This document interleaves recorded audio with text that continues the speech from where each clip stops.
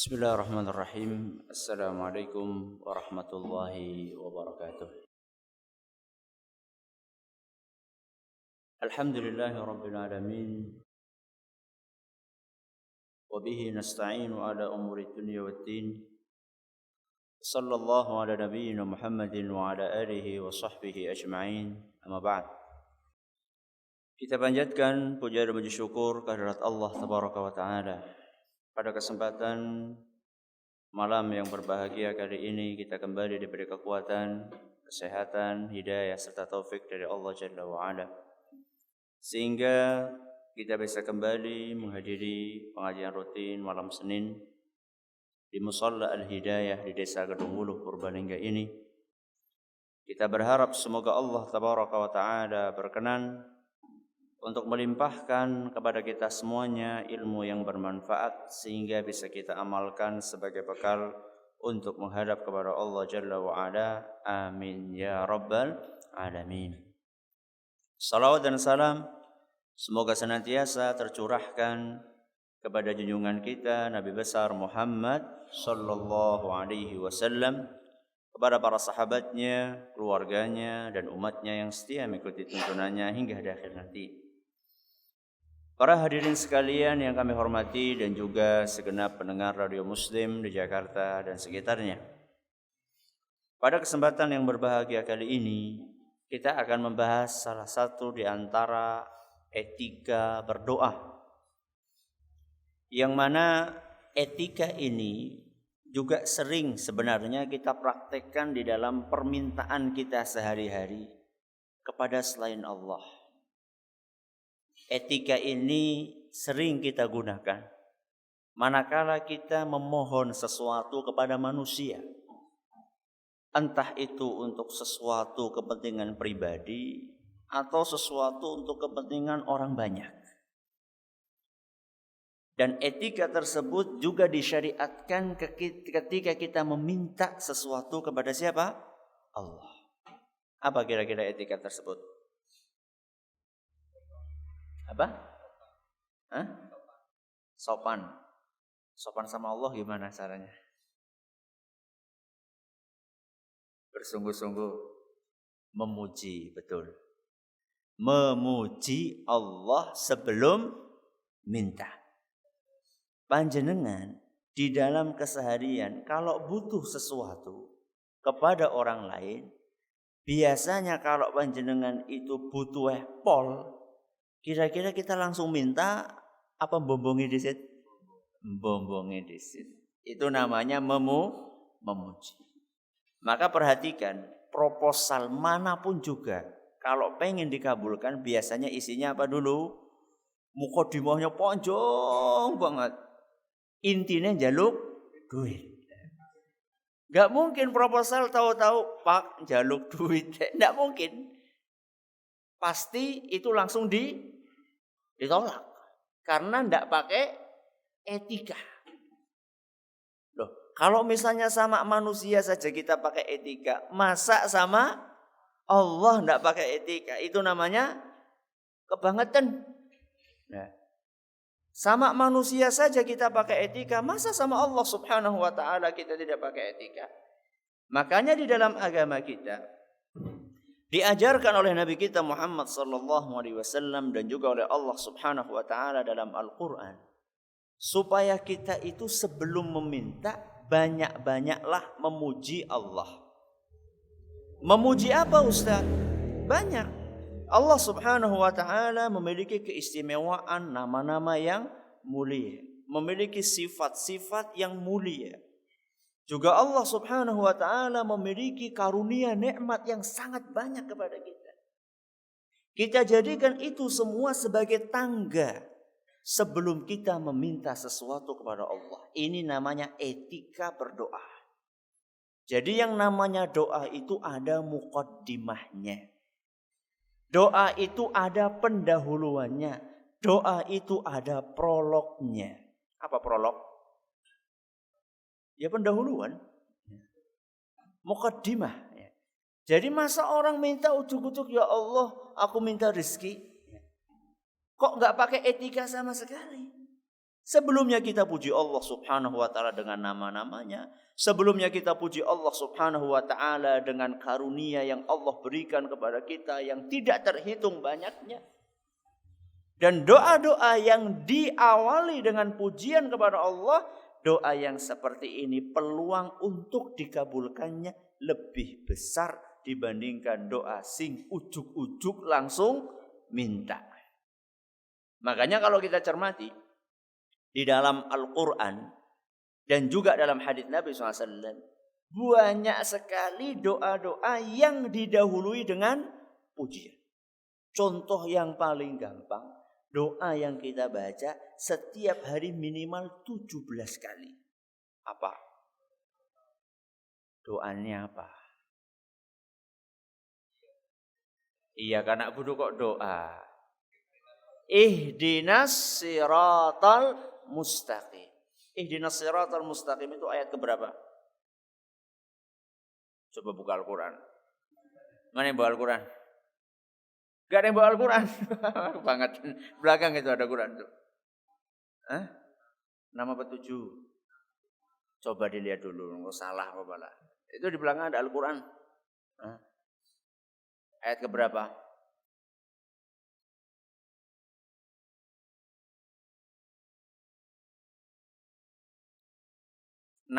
Ya.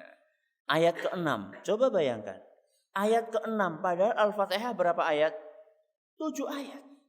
Berarti ayat 1 sampai ayat 5. Ngapain kita? Memuji Allah subhanahu wa ta'ala. Jadi enggak ujuk-ujuk kita langsung minta ihdinas siratal mustaqim. Ihdinas siratal mustaqim adalah merupakan permohonan yang luar biasa pentingnya. Ya Allah, tunjukkanlah kepada kami jalan yang lurus.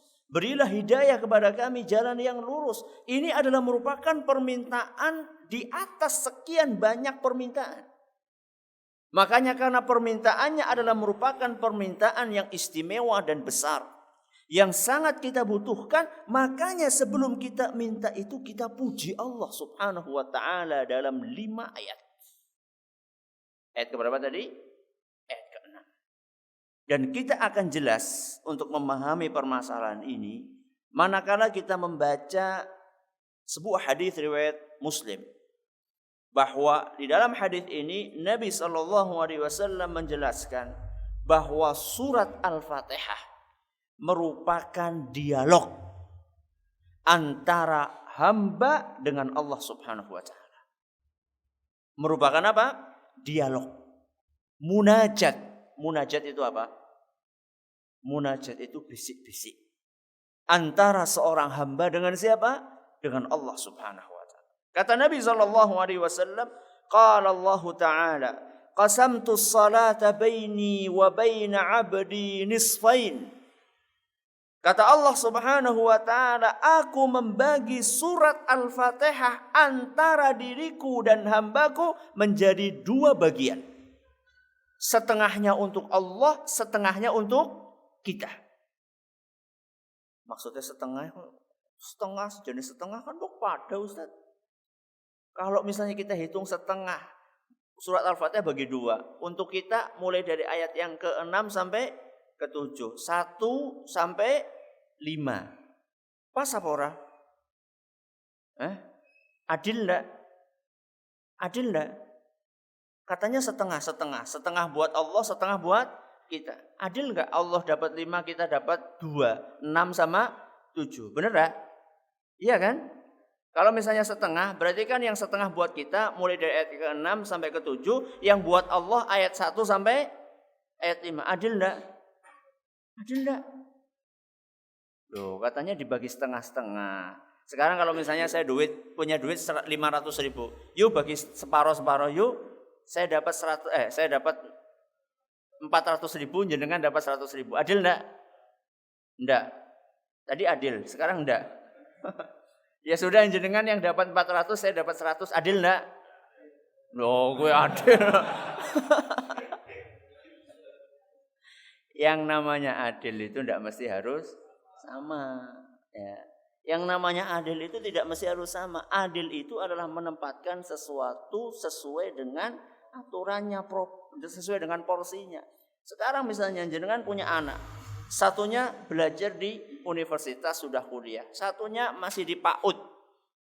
Masih di mana? Masih di PAUD. Apakah jenengan akan kasih sangu ketika berangkat sekolah sama? Hah?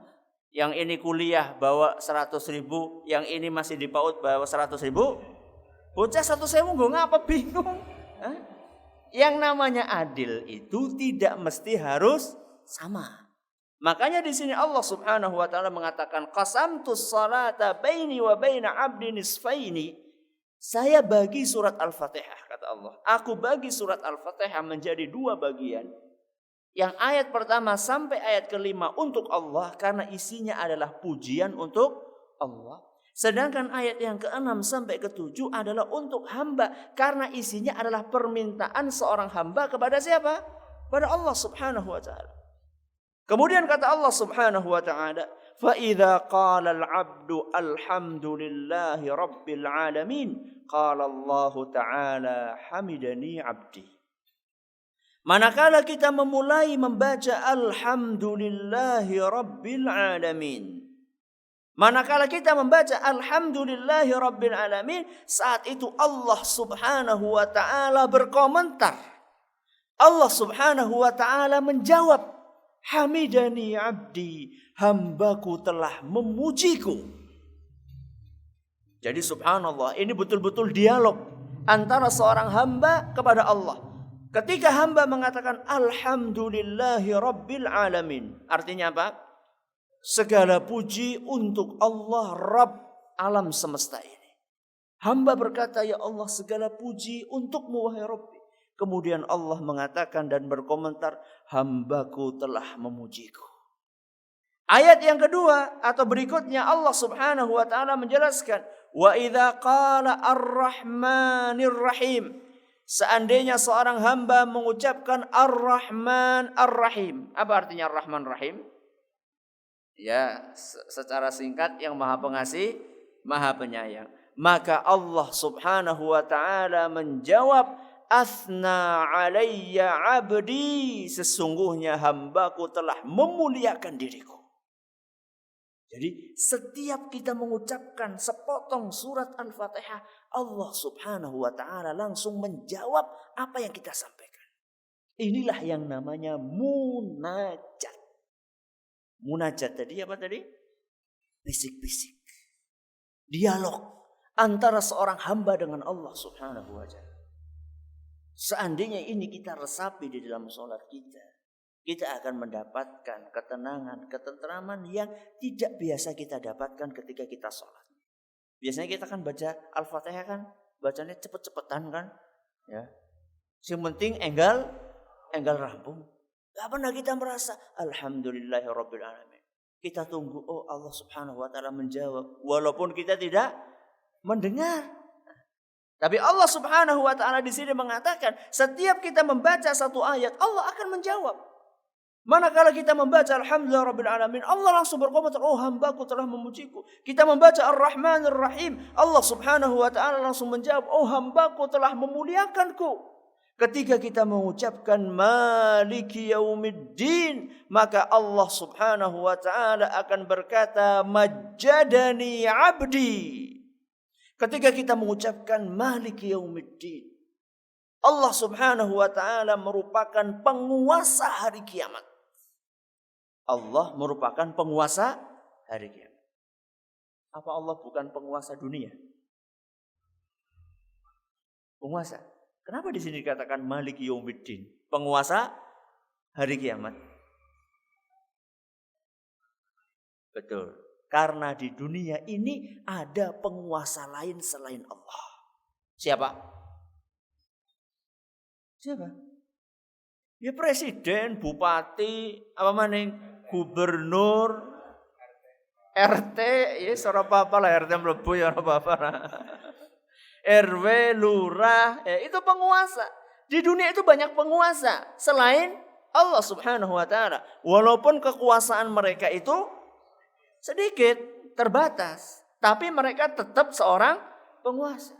Kalau di akhirat tidak ada penguasa kecuali siapa? Allah Subhanahu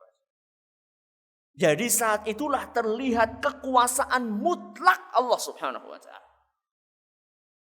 Maka Allah Subhanahu wa taala memuji dirinya dengan mengucapkan Maliki Yaumiddin. Allah Subhanahu wa taala merupakan penguasa hari kiamat untuk menunjukkan bahwa penguasa hakiki yang menguasai seluruh alam semesta ini dan alam akhirat adalah Allah Subhanahu wa taala. Maka ketika kita mengucapkan Maliki Yaumiddin, Allah adalah penguasa hari kiamat, Allah langsung menjawab Majjadani abdi, hambaku telah mengagungkan diriku. Kalau tadi memuji, kemudian memuliakan. Sekarang apa? Mengagungkan hamba. Sudah? Kelanjutannya apa? Iyyaka na'budu wa iyyaka nasta'in. Ketika kita mengatakan Iyyaka na'budu wahai Rabbi, hanya kepadamu lah kami menyembah. Wa iyyaka nasta'in, dan hanya kepadamu lah wahai Rabbi kami meminta tolong. Ketika kita mengatakan seperti itu, Allah Subhanahu wa taala menjawab, hadza baini wa baina 'abdi wa li 'abdi ma sa'al. Kata Allah Subhanahu wa taala, ini adalah merupakan urusan antara aku dengan hambaku. Dan hambaku akan memperoleh apa yang diminta olehnya. Jadi sudah semakin dekat dengan apa? Dengan permintaannya. Jadi tadi masih muji, masih kita memuliakan Allah, masih kita mengagungkan Allah. Ketika mendekati permohonan kita, Allah Subhanahu wa taala sudah memberikan sinyal. Ini urusan antara aku dengan hambaku. Artinya Allah sudah bersiap-siap untuk mendengar apa yang akan kita minta. Ketika kita sudah memuji, ketika kita sudah memuliakan, ketika kita sudah mengagungkan, kita sudah memuji Allah bahwa kita berserah, hanya berdoa, hanya meminta, hanya beribadah kepada Allah, baru kemudian kita mengucapkan ihdinas siratal mustaqim. Ketika kita membaca ihdinas siratal mustaqim, tunjukkanlah kepada kami jalan yang lurus. Kelanjutannya, siratal ladzina an'amta 'alaihim ghairil maghdubi 'alaihim waladdallin. Ketika kita membaca ayat ini, Allah Subhanahu wa taala mengatakan hadza li'abdi wa li'abdi ma sa'al. Kata Allah Subhanahu wa taala, inilah hak milik hambaku dan hambaku akan memperoleh apa yang diminta olehnya. Makanya para ulama menjelaskan bahwa Allah Subhanahu wa taala mengabulkan permohonan kita. Ketika Allah mengatakan li'abdi masal, ini hak hambaku. Karena dia sudah memujiku dari awal, dari yang kedua, ayat yang ketiga, ayat yang keempat, ayat yang kelima. Setelah dia memujiku dengan sekian banyak pujian, maka saat itu aku, kata Allah Subhanahu wa taala, akan mengabulkan apa yang diminta oleh hambaku. Maka seharusnya ketika kita sholat, membaca surat Al-Fatihah, hendaknya kita membaca itu pelan-pelan. Aja sing penting enggal rampung. Makanya diajarkan oleh Nabi SAW bahwa bacaan Nabi SAW ketika sholat itu adalah ayatan ayah. Beliau itu membacanya satu ayat per ayat. Itu salah satu makna dari tartil, membaca secara benar. Jadi ada sebagian orang mungkin karena nafasnya panjang, ya, akhirnya dia alhamdulillahi rabbil alamin arrahmanir rahim maliki yaumiddin iyyaka na'budu wa iyyaka nasta'in. Kalau saya udah habis ya. Kalau yang korek-korek mungkin bisa selesai sampai satu ayat, ya, dengan satu nafas. Itu walaupun boleh sih boleh, tapi kurang sesuai dengan sunnah Nabi SAW. Ibaratnya, kata sebagian ulama, kita itu memberi kesempatan untuk mendengar jawaban Allah Subhanahu wa taala. Setiap kita menjawab, setiap kita membaca ayat, kita beri kesempatan Allah untuk menjawab apa yang kita sampaikan. Makanya itulah yang diajarkan oleh Nabi SAW. Seandainya kita mencoba untuk merasakan itu di dalam sholat kita, maka coba, kalau nggak pernah nyoba ya nggak akan pernah merasakan. Kayak jerene mie ayam nang kana enak banget. Oh iya enak banget. Kayak ngapa enak kayak embu anu jerene. Enggak pernah merasakan. Ya. Coba datang ke sana, rasakan enak apa enggak? Oh iya pancen enak. Oh jebule ora enak. Ya. Sesuatu yang sudah pernah dirasakan akan terasa. Makanya sekarang coba. Ya. Ketika kita membaca Alhamdulillahirabbil alamin. Ya, terutama kalau lagi sholat sendirian. Terutama lagi sholat sendirian. Nah aku jadi imam kayak gue yang kepala bubar. Ya paling tidak ya ada jeda lah ya. Ada jeda. Alhamdulillahirabbil alamin. Ar-Rahmanir-Rahim. Maliki yaumiddin. Ada jedanya gitu loh. Jadi gak langsung kayak sepur apa? Sepur? Kayak sepur terus gitu gak ada berhentinya.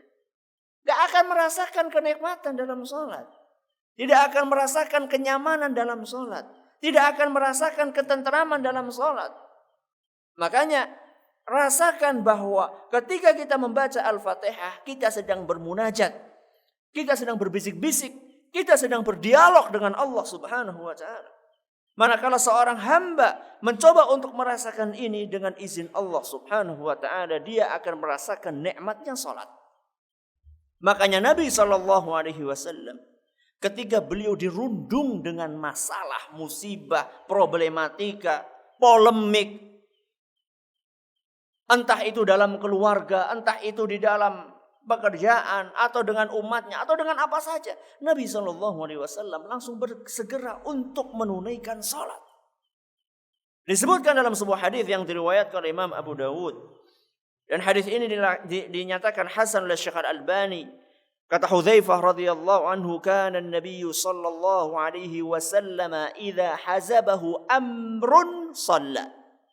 Rasulullah sallallahu alaihi wasallam kalau dirundung masalah, maka beliau cepat-cepat sholat.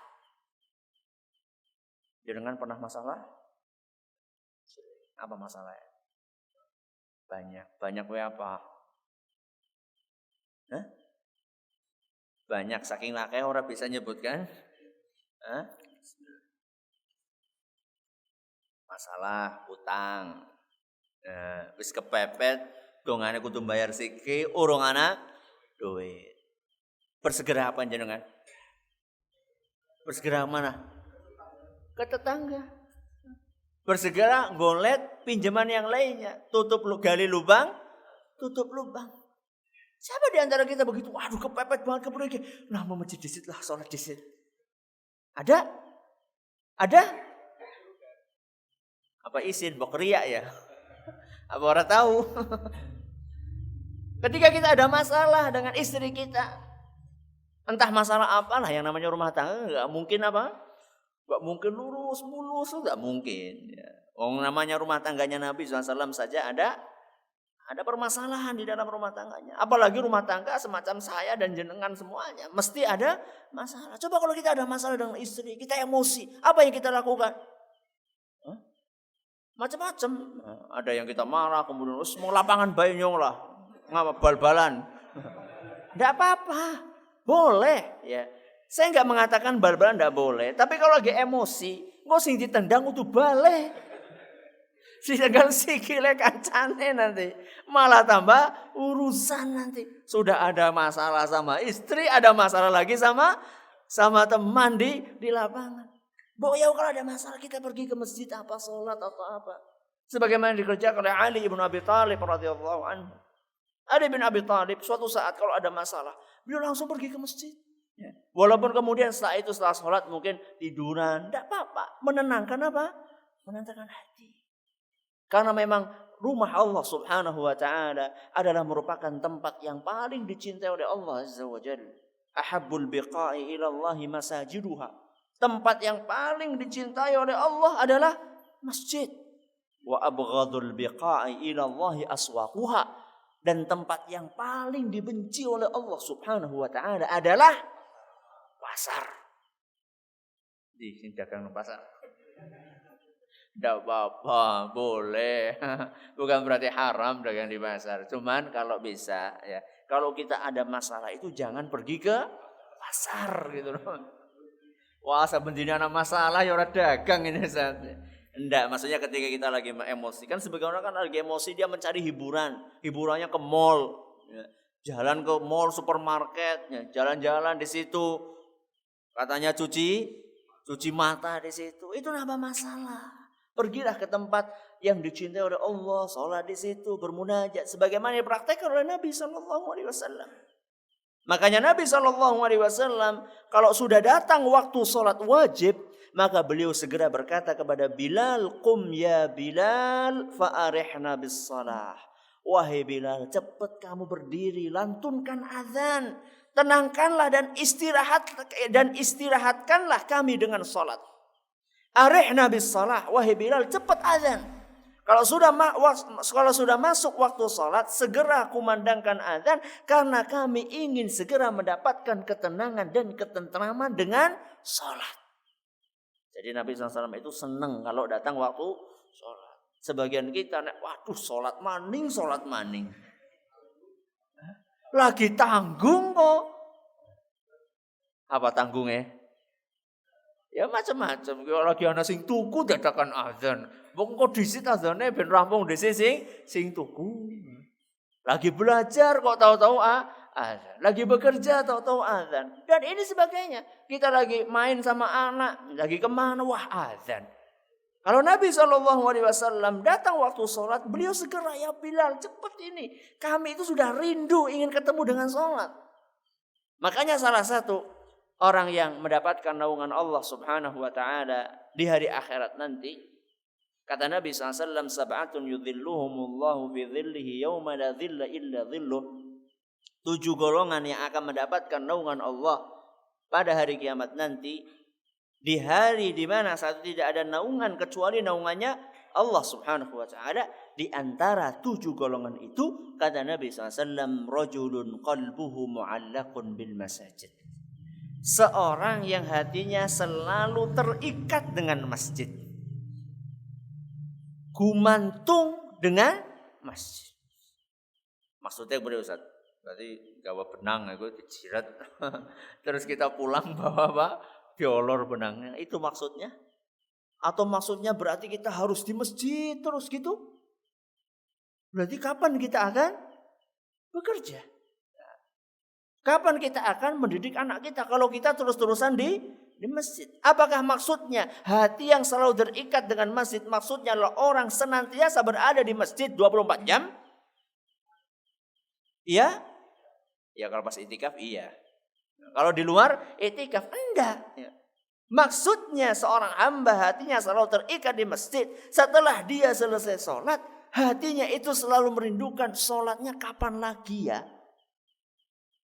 Itu namanya hatinya terikat dengan masjid. Dia selalu rindu, kapan saya balik ke masjid lagi. Jadi bukan sebagian orang, lah masjid maning bebet temen lah. Dula-dula masjid. Bukan seperti itu. Orang yang akan mendapatkan naungan Allah Subhanahu wa taala adalah orang yang senantiasa merindukan kedatangan salat. Begitu selesai salat subuh, ya Allah suwe temen ya zuhure. Ketika selesai zuhur, kemudian dia menanti, ya Allah suwe temen ya asare. Saya pengen segera untuk salat asar. Makanya begitu datang waktu salat, Nabi SAW langsung menyegerakan Bilal. Karena beliau sudah sangat rindu ingin sholat lagi dan bermunajat kepada Allah Subhanahu wa taala. Ini contoh memuji Allah sebelum berdoa.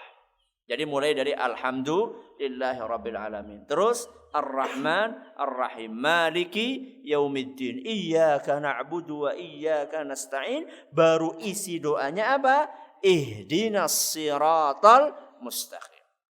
Ini contoh dalam Al-Quran. Masih banyak contoh yang lainnya. Saya bawakan satu contoh saja. Adapun contoh dari hadis Nabi SAW adalah Sayyidul Istighfar. Apa? Sayyidul Istighfar. Hafal enggak? Allahumma anta. Sebelumnya, Sayyidul Istighfar artinya apa?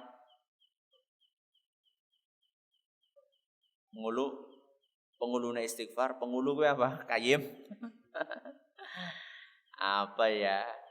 Ya, pokoknya puncaknya atau istighfar sing paling top, sing paling mandi. Ya, kira-kira seperti itulah. Sayyidul istighfar itu artinya yang namanya istighfar itu kan redaksinya macam-macam. Misalnya yang paling pendek astaghfirullah. Ada lagi astaghfirullahal azim. Ada lagi astaghfirullahal azim alladzi la ilaha illa huwal hayyul qayyum wa atubu ilaihi. Ada juga istighfar yang dinamakan oleh Nabi Sayyidul Istighfar. Istighfar sing paling mandi, sing paling manjur. Itu dinamakan dengan Sayyidul Istighfar. Bacanya apa? Allahumma anta rabbi. La ilaha illa anta khalaqtani. Wa ana ala ahdika. Maaf, wa ana abduka wa ana ala ahdika wa wa'dika mastata'tu a'udzubika min syarri ma sana'tu abu'u laka bi ni'matika alayya wa abu'u laka bi dhanbi faghfirli fa innahu la yaghfiru dzunuba illa anta. Yang sudah hafal ngacung. Tadi anak sing melu yang double ngacung. 1. Wah, iki aksi urung apa? Tulis bae ya. Jawab ini. Waktunya masih agak ada waktu. Saya tadi enggak sempat untuk nulis. Allahumma anta rabbi. Apa artinya? Ya Allah, sesungguhnya Engkau adalah Rabb. La ilaha illa anta khalaqtani. Tidak ada yang berhak disembah kecuali Engkau. Khalaqtani, Engkau lah yang menciptakan aku. Wa ana 'abduka, dan aku adalah hamba-Mu. Wa ana 'ala 'ahdika wa wa'dika mastata'tu, dan aku wahai Rabbi berusaha untuk setia dengan perjanjian kepadamu semampu. A'udzubika min syarri ma sana'tu. Aku memohon perlindungan kepadamu wahai Rabbi dari keburukan apa yang saya lakukan. Karena musibah yang menimpa kita itu adalah merupakan hasil dari pekerjaan yang kita lakukan. Maka setelah kita melakukan sesuatu yang jelek, kita minta perlindungan kepada Allah wahai Rabbi, jangan sampai keburukan-keburukan perbuatan saya itu mengakibatkan sesuatu yang tidak enak buat saya. Karena kita nggak mungkin bisa lepas dari dosa, mungkin nggak mungkin. Maka setelah kita melakukan perbuatan dosa, selain kita beristighfar, kita memohon kepada Allah. Di antara isi istighfar kita adalah kita memohon kepada Allah, wahai Rabbi, jangan sampai keburukan-keburukan perbuatanku itu menimpa diriku. Abu'u laka bi ni'matika alayya. Aku mengaku wahai Rabbi, saya mengakui nikmat-Mu kepadaku. Dan di sini kita mengaku bahwa nikmat Allah kepada kita itu sangat banyak. Wa abu'u bidzambi, aku juga ngaku banyak dosa. Dalam satu waktu kita ngaku bahwa Allah itu banyak nikmat sama kita, di waktu yang sama kita juga ngaku kepada Allah, walaupun nikmat itu banyak kepadaku, ternyata dosaku juga banyak. Kemudian baru di sini faghfirli fa innahu la yaghfiru dzunuba illa anta. Apa artinya? Ampunilah aku, sesungguhnya tidak ada yang mengampuni dosa kecuali Engkau. Permintaannya mana? Nih, di sini nih. Faghfirli. Kur segaris stop. Ini 1, 2, 3. Apa? Pujian. Ini pujian. Jadi sebelum kita meminta ampun kepada Allah Subhanahu wa Ta'ala, kita memuji Allah Subhanahu wa Ta'ala. Makanya ini dinamakan Sayyidul Istighfar. Istighfar sing paling bagus, sing paling top, sing paling puncak. Ibu tahu Ustaz ya. Dengar fadilahnya, dengan keistimewaan. Dalam Sahih Bukhari disebut oleh Nabi SAW. Barang siapa yang membaca istighfar ini di pagi hari dan dia meyakini isi dari istighfar ini, kemudian di hari itu dia meninggal, dia akan masuk ke dalam surga.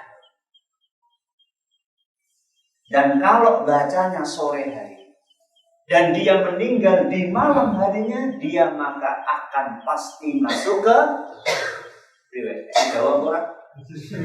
Masih Jawa juga. Kita dibakat masuk surga apa enggak? Lihat bagaimana Nabi SAW mengajarkan kepada kita supaya kita memulai permintaan dan doa kita dengan pujian kepada Allah Subhanahu wa taala. Jadi di sini Nabi kita Muhammad SAW mengajarkan kepada kita bahwa kalau orang berdoa, dia itu perlu memuji Allah sebelum dia meminta. Maka mari kita berusaha untuk memuji Allah Subhanahu wa taala sebelum kita berdoa kepada Allah Jalla wa Ala di dalam kesempatan-kesempatan manakala kita ingin meminta.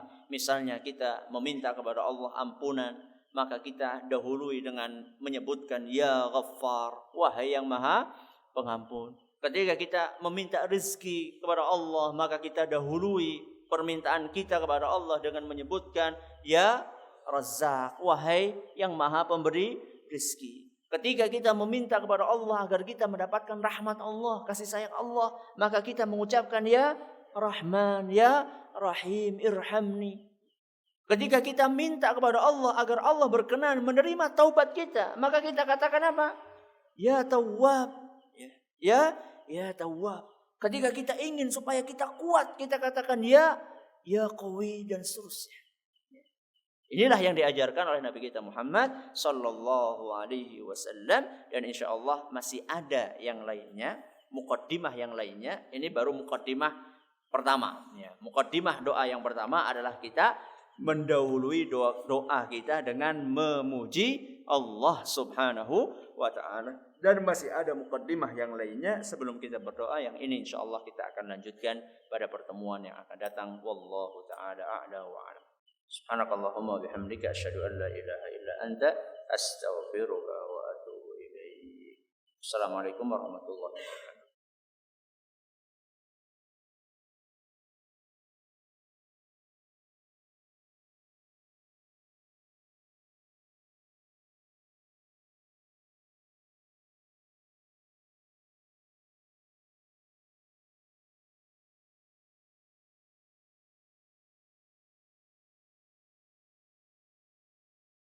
Bismillahirrahmanirrahim. Assalamualaikum warahmatullahi wabarakatuh.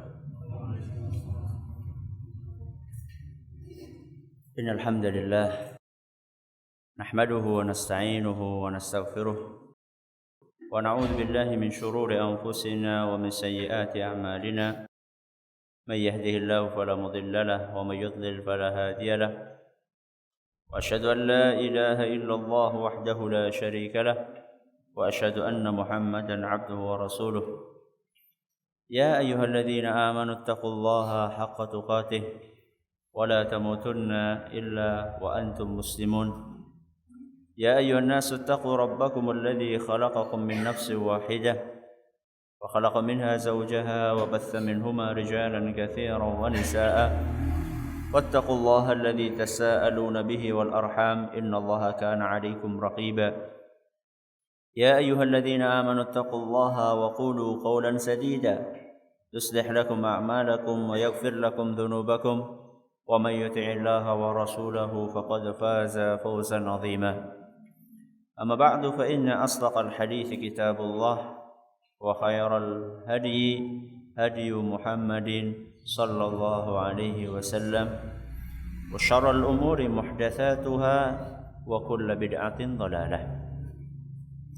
Kita panjatkan puja dan puji syukur kehadirat Allah Tabaraka wa Ta'ala pada kesempatan malam yang berbahagia kali ini. Kita masih kembali diberi kekuatan, kesehatan, hidayah serta taufik dari Allah Jalla wa Ala, sehingga kita bisa kembali bertemu di pengajian malam Senin di Musalla Al-Hidayah di Desa Kedungulu Purbalingga ini. Kita berharap semoga Allah Tabaraka wa Ta'ala berkenan melimpahkan kepada kita semuanya ilmu yang bermanfaat, sehingga bisa kita amalkan sebagai bekal untuk menghadap kepada Allah Jalla wa Ala. Amin ya rabbal alamin.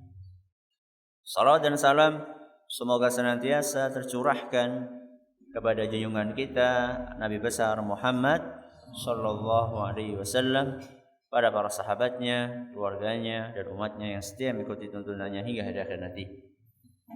Para hadirin sekalian yang kami hormati dan juga segenap pendengar radio Muslim di Jakarta dan sekitarnya. Pengajian terakhir kita membahas tentang salah satu etika yang diajarkan oleh Nabi kita Muhammad sallallahu alaihi wasallam saat berdoa. Apa etika tersebut? Mengangkat tangan ketika berdoa. Kita sudah jelaskan kapan disunahkan mengangkat tangan, kapan tidak disunahkan, kapan bebas mengangkat tangan atau tidak. Kita juga sudah jelaskan bagaimana cara mengangkat tangan, mulai dari yang biasa sampai yang luar biasa. Itu kita sudah jelaskan beserta dalil-dalilnya. Pada malam hari ini kita akan mengkupas pelajaran akidah dari mengangkat tangan. Pelajaran apa? Akidah dari mengangkat tangan. Ternyata mengangkat tangan juga ada apanya? Ada pelajaran akidahnya ya. Iya. Itulah luar biasanya Islam. Islam itu mulai dari akhlaknya, dari ibadahnya, itu semuanya itu bisa mengantarkan kepada akidah. Muaranya semuanya kemana? Ke akidah. Karena akidah itu memang pondasi dari sebuah bangunan. Bangunan sekuat apapun temboknya, kalau tidak pakai pondasi gimana? Ambruk. Gampang, hanya sekedar digorek apa? Coba sekarang kita semuanya yang ada di sini, ayo semuanya berdiri, kita dorong ini masjid. Geser, ambruk, boro-boro ambruk. Geser be, ora. Sesenti, semiliha ora. 1 mili pun gak akan geser. Karena apa? Karena pondasinya kuat. Begitu pula seorang muslim yang akidahnya kuat, maka dia pun akan kuat perilakunya. Tidak seperti air di atas daun talas. Kancane ngidul melu, kancane ngalor melu, ngalor. Buh ana apa nang ngidul, buh ana apa nang ngelor. Tidak tahu apa yang ada di utara, tidak tahu apa yang di selatan. Sing penting kancane pada ngalor melu, ngalor. Kancane pada ngidul melu, ngidul. Tidak tahu apa yang lihat, tidak punya pendirian. Dan ini sangat disayangkan generasi muda saat kita ini banyak yang seperti itu. Generasi muda, jangan generasi muda, generasi tua kayak gue. Generasi muda banyak yang seperti itu. Masa bunuh diri kenapa? Kendat kenapa? HP ini hilang. HP hilang bekendat, Masya Allah. Tidak punya pendirian. Karena apa? Karena akidahnya rapuh. Makanya di dalam Islam hampir setiap jenis ibadah amaliyah, hampir setiap jenis ibadah amaliyah, mulai dari sholatnya, zikirnya, puasanya, termasuk doanya ini bisa diambil pelajaran akidahnya. Apa saja pelajaran akidah yang bisa kita petik dari mengangkat tangan ketika berdoa? 1. Dengan kita mengangkat tangan, kita mengakui kekuasaan Allah Subhanahu wa taala.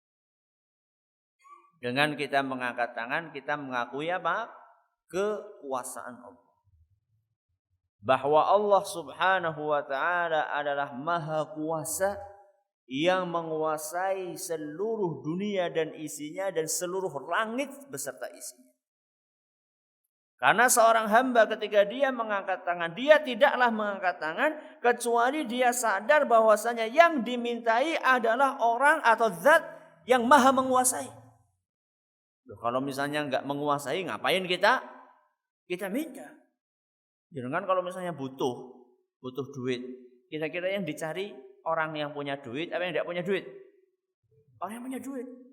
Butuh duit kok golek wong sing ora duwe duit sing nggo ngapa? Jadi ketika kita meminta kepada Allah Subhanahu wa taala, kita meminta dalam keadaan kita merasa tahu bahwasanya Allah Subhanahu wa taala dialah penguasa dan pemilik seluruh jagat raya ini. Makanya kita minta sama Allah Subhanahu wa taala. Dari sinilah kita mengetahui anehnya sebagian orang yang minta-minta kepada benda mati. Lu benda mati kok dijaluki? Mbah siapa? Mbah. Saya enggak tahu, keris itu namanya macam-macam, ada mbah. Ada keris itu ada namanya ya, ada keris apa, Nogo Sasro atau apalah pokoknya. Apa? Sapu kinten. Enggak tahu saya, pokoknya namanya macam-macam. Dipanggil-panggil mbah ini mbah. Wong keris benda mati kok dimintai. Allah di dalam Al-Qur'an mengatakan wa tawakkal 'alal hayyil ladzi la yamut. Kata Allah Subhanahu wa taala, bertawakallah kalian, bergantunglah kalian kepada yang maha hidup yang tidak akan pernah mati. Siapa itu? Allah. Jadi syaratnya kalau kita mau bergantung, carilah zat yang maha hidup dan yang tidak akan pernah mati. Artinya apa? Artinya kalau ada zat yang tidak memenuhi dua syarat itu, tidak boleh kita bergantung padanya. Pertama syaratnya apa? Maha hidup dan tidak akan mati. Berarti dari sini ada 3 jenis yang tidak boleh kita bergantung kepadanya. Yang pertama adalah makhluk hidup yang akan mati. Kalau tadi kan apa? Allah Subhanahu wa taala maha hidup tidak akan pernah mati. Itu yang kita bergantung kepadanya. Tapi kalau makhluk hidup akan mati, tidak boleh kita bergantung kepadanya. Atau yang kedua, makhluk hidup yang sudah mati. Wis mati kok dijaluki. Yang ketiga, bukan makhluk hidup yang sudah mati, juga bukan makhluk hidup yang belum mati, tapi apa? Benda mati. Orang urip babar belas. Contohnya apa? Keris. Ini sing paling rendah ini. Sing paling rendah. Makhluk hidup sing ngesi urip tapi bakalan mati, tidak boleh kita mintai. Yang kedua, makhluk hidup yang sudah mati. Siapa? Ya wong mati, siapa lagi? Yang di kuburan itu. Itu sudah mati. Yang ketiga adalah benda yang memang dari awal mati. Ini tidak boleh dimintai. Yang boleh dimintai adalah Al-Hayyul ladzi la yamut, yang maha hidup yang tidak akan pernah mati, yaitu siapa? Allah Subhanahu wa taala. Ini pelajaran akidah yang pertama. Dengan kita mengangkat tangan kita berdoa, berarti kita telah mengakui kekuasaan siapa? Allah Subhanahu wa taala. Yang kedua, pelajaran akidah yang bisa kita petik dengan kita mengangkat tangan adalah dengan kita mengangkat tangan kita telah mengakui kemaha-pemurahan Allah. Kemahan apa? Pemurahan Allah. Maha pemurah itu artinya apa? Artinya? Gampang memberi. Ya. Itu namanya maha pemurah. Mudah memberi. Karena ketika kita mengangkat tangan kita tidak akan mengangkat tangan kecuali dalam keadaan kita yakin bahwa yang dimintai akan memberi. Coba jenengan kalau sudah tahu mau ngutang, wis ngerti wong gue ora bakal ngutangi karena memang sudah terkenal reputasinya di dalam kepelitan. Wis terkenal. Jadi reputasinya itu sudah sangat apa? Sudah sangat tersohor. Terkenal apa nih? Pelite. Apa kira-kira jenengan totok-totok mengono? Lah, ngentong-ngentongaken waktu. Tapi ketika kita mengangkat tangan kepada Allah Subhanahu wa taala, kita mengangkat tangan dalam keadaan kita yakin ini Allah Subhanahu wa taala adalah merupakan zat yang maha pemurah. Allah maha dermawan. Makanya Allah Subhanahu wa taala malu seandainya ada hambanya yang mengangkat tangan kepadanya kemudian pulang dalam keadaan tangan kosong.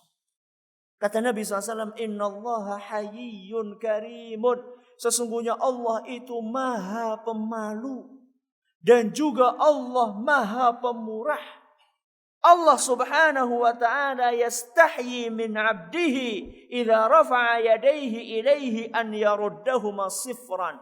Allah Subhanahu wa ta'ala malu seandainya ada hambanya yang mengangkat kedua tangannya berdoa meminta kepadanya, kok tahu-tahu selesai berdoa tidak diberi. Malu Allah. Kalau menungsa isin apa ora? Ya ana sing isin ana sing ora. Ada yang memang sudah tidak punya kemaluan, bukan kemaluan. Memang sudah tidak punya rasa malu. Udah minta, sudah nyodorkan tangannya nanti, Masya Allah, gak dikasih juga. Kalau Allah Subhanahu wa ta'ala malu. Makanya ketika kita mengangkat tangan itu, kita sebenarnya sedang meyakini bahwasanya Allah Subhanahu wa ta'ala adalah merupakan zat yang maha pemurah. Pemurah itu bahasa Arabnya apa?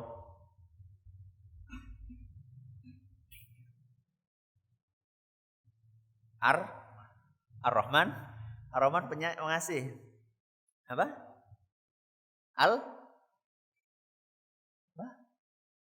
Lirih teman. Rahim bukan apa? Ar-Rahim kawit mau wudu, Rahim. Loh tadi saya sebutkan di hadisnya kok. Al-Karim. Napa? Al-Karim. Mulane Abdul Karim. Jadi jenengan pengen anaknya jadi anak yang dermawan, kasih nama apa? Abdul Karim. Kira-kira seperti itu. Tapi aja nganti wis nganggo Abdul Karim pelit bae. Nama itu membawa do. Maka hati-hati kasih nama. Subhanallah. Beberapa ketika saya pulang dari Jember, saya baca di koran itu ada orang ngamuk di kapal. Nah, katanya orang Purbalingga itu. Ya. Jadi orang Bojari bawa apa? Bawa parang. Disapa sing ketemu dibacoki. Ngamuk gitu. Sampai ada seorang orang tua yang gendong anaknya lari itu dikejar. Saking takutnya anaknya jatuh, tetap dibacoki, akhirnya dia tutupi anaknya itu. Yang menarik ya, namanya siapa? Namanya Fasikun.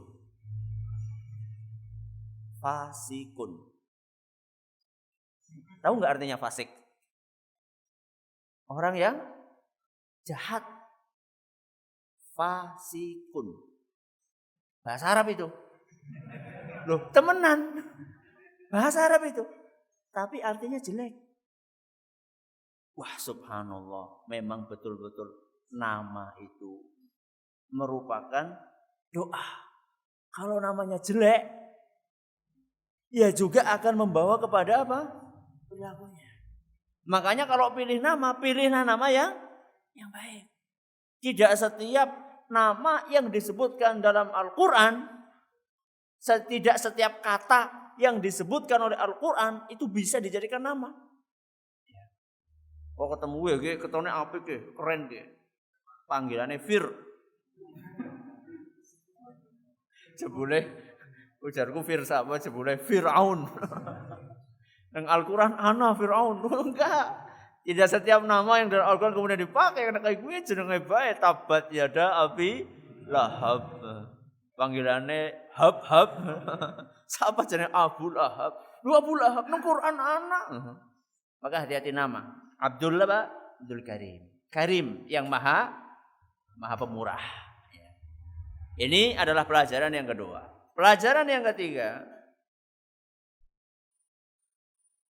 Dengan kita mengangkat tangan, kita bisa mengambil pelajaran bahwa Allah itu maha mengetahui gerak-gerik kita. Allah itu maha mengetahui gerak-gerik kita. Sekarang ini ada nggak orang yang sedang mengangkat tangan? Sekarang ini. Insya Allah ada. Lagi berdoa, insya Allah ada. Di mana? Di mana-mana. Di mana-mana. Entah di masjid, entah di rumah. Berapa jumlah mereka? Nggak ketahuan, nggak tahu berapa jumlahnya. Di mana saja? Apakah di depan umum atau di tempat yang tersembunyi? Macam-macam. Ada yang di rumahnya, dalam kamarnya, di dalam biliknya. Ada yang di musola sendirian. Yang lainnya pada pulang ke rumah. Dia tinggal sendirian di musola sambil mengangkat tangan. Dan ketika dia mengangkat tangan, dia itu dalam keadaan yakin bahwasanya ketika dia mengangkat tangan, Allah itu melihat apa yang sedang dia lakukan. Makanya orang yang berdoa, seharusnya dia tidak usah pedulikan apakah dilihat sama orang lain atau tidak. Ada sebagian orang kalau berdoa nak padane dideleng wong nembe apa koton khusyuk banget. Masya Allah, nganti nunduk-nunduk kayak wong ngantuk. Ada sebagian orang yang tidak. Pokoknya ketika saya pengen meminta kepada Allah, maka saya akan meminta dimanapun saya berada. Apakah orang itu melihat saya atau tidak? Yang penting Allah subhanahu wa ta'ala itu maha melihat dimanapun saya berada. Walaupun sendiri Ustaz di kamar. Walaupun sendiri. Walaupun Ustaz tidak ada yang lihat. Walaupun tidak ada yang mau lihat. Makanya justru di antara doa yang mustajab adalah doa yang dipanjatkan oleh seorang hamba di dalam kesendiriannya di waktu yang sangat sunyi dan senyap, yaitu di sepertiga malam. Justru saat itulah doa sangat mustajab.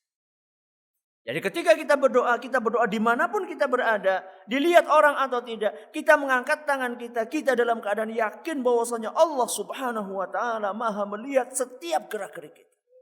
Bukan hanya melihat, tapi Allah juga mendengar. Makanya Nabi kita SAW tidak mengajarkan kepada kita agar kita itu bengok-bengok. Apa bengok-bengok? Berteriak-teriak di dalam berdoa. Makanya kata Nabi SAW, irba'u ala anfusikum. Ketika mendengar ada sahabat itu pada mengangkat suara keras-kerasan, seru-seruan, maka Nabi SAW mengatakan, irba'u ala anfusikum. Kasihanilah diri kalian.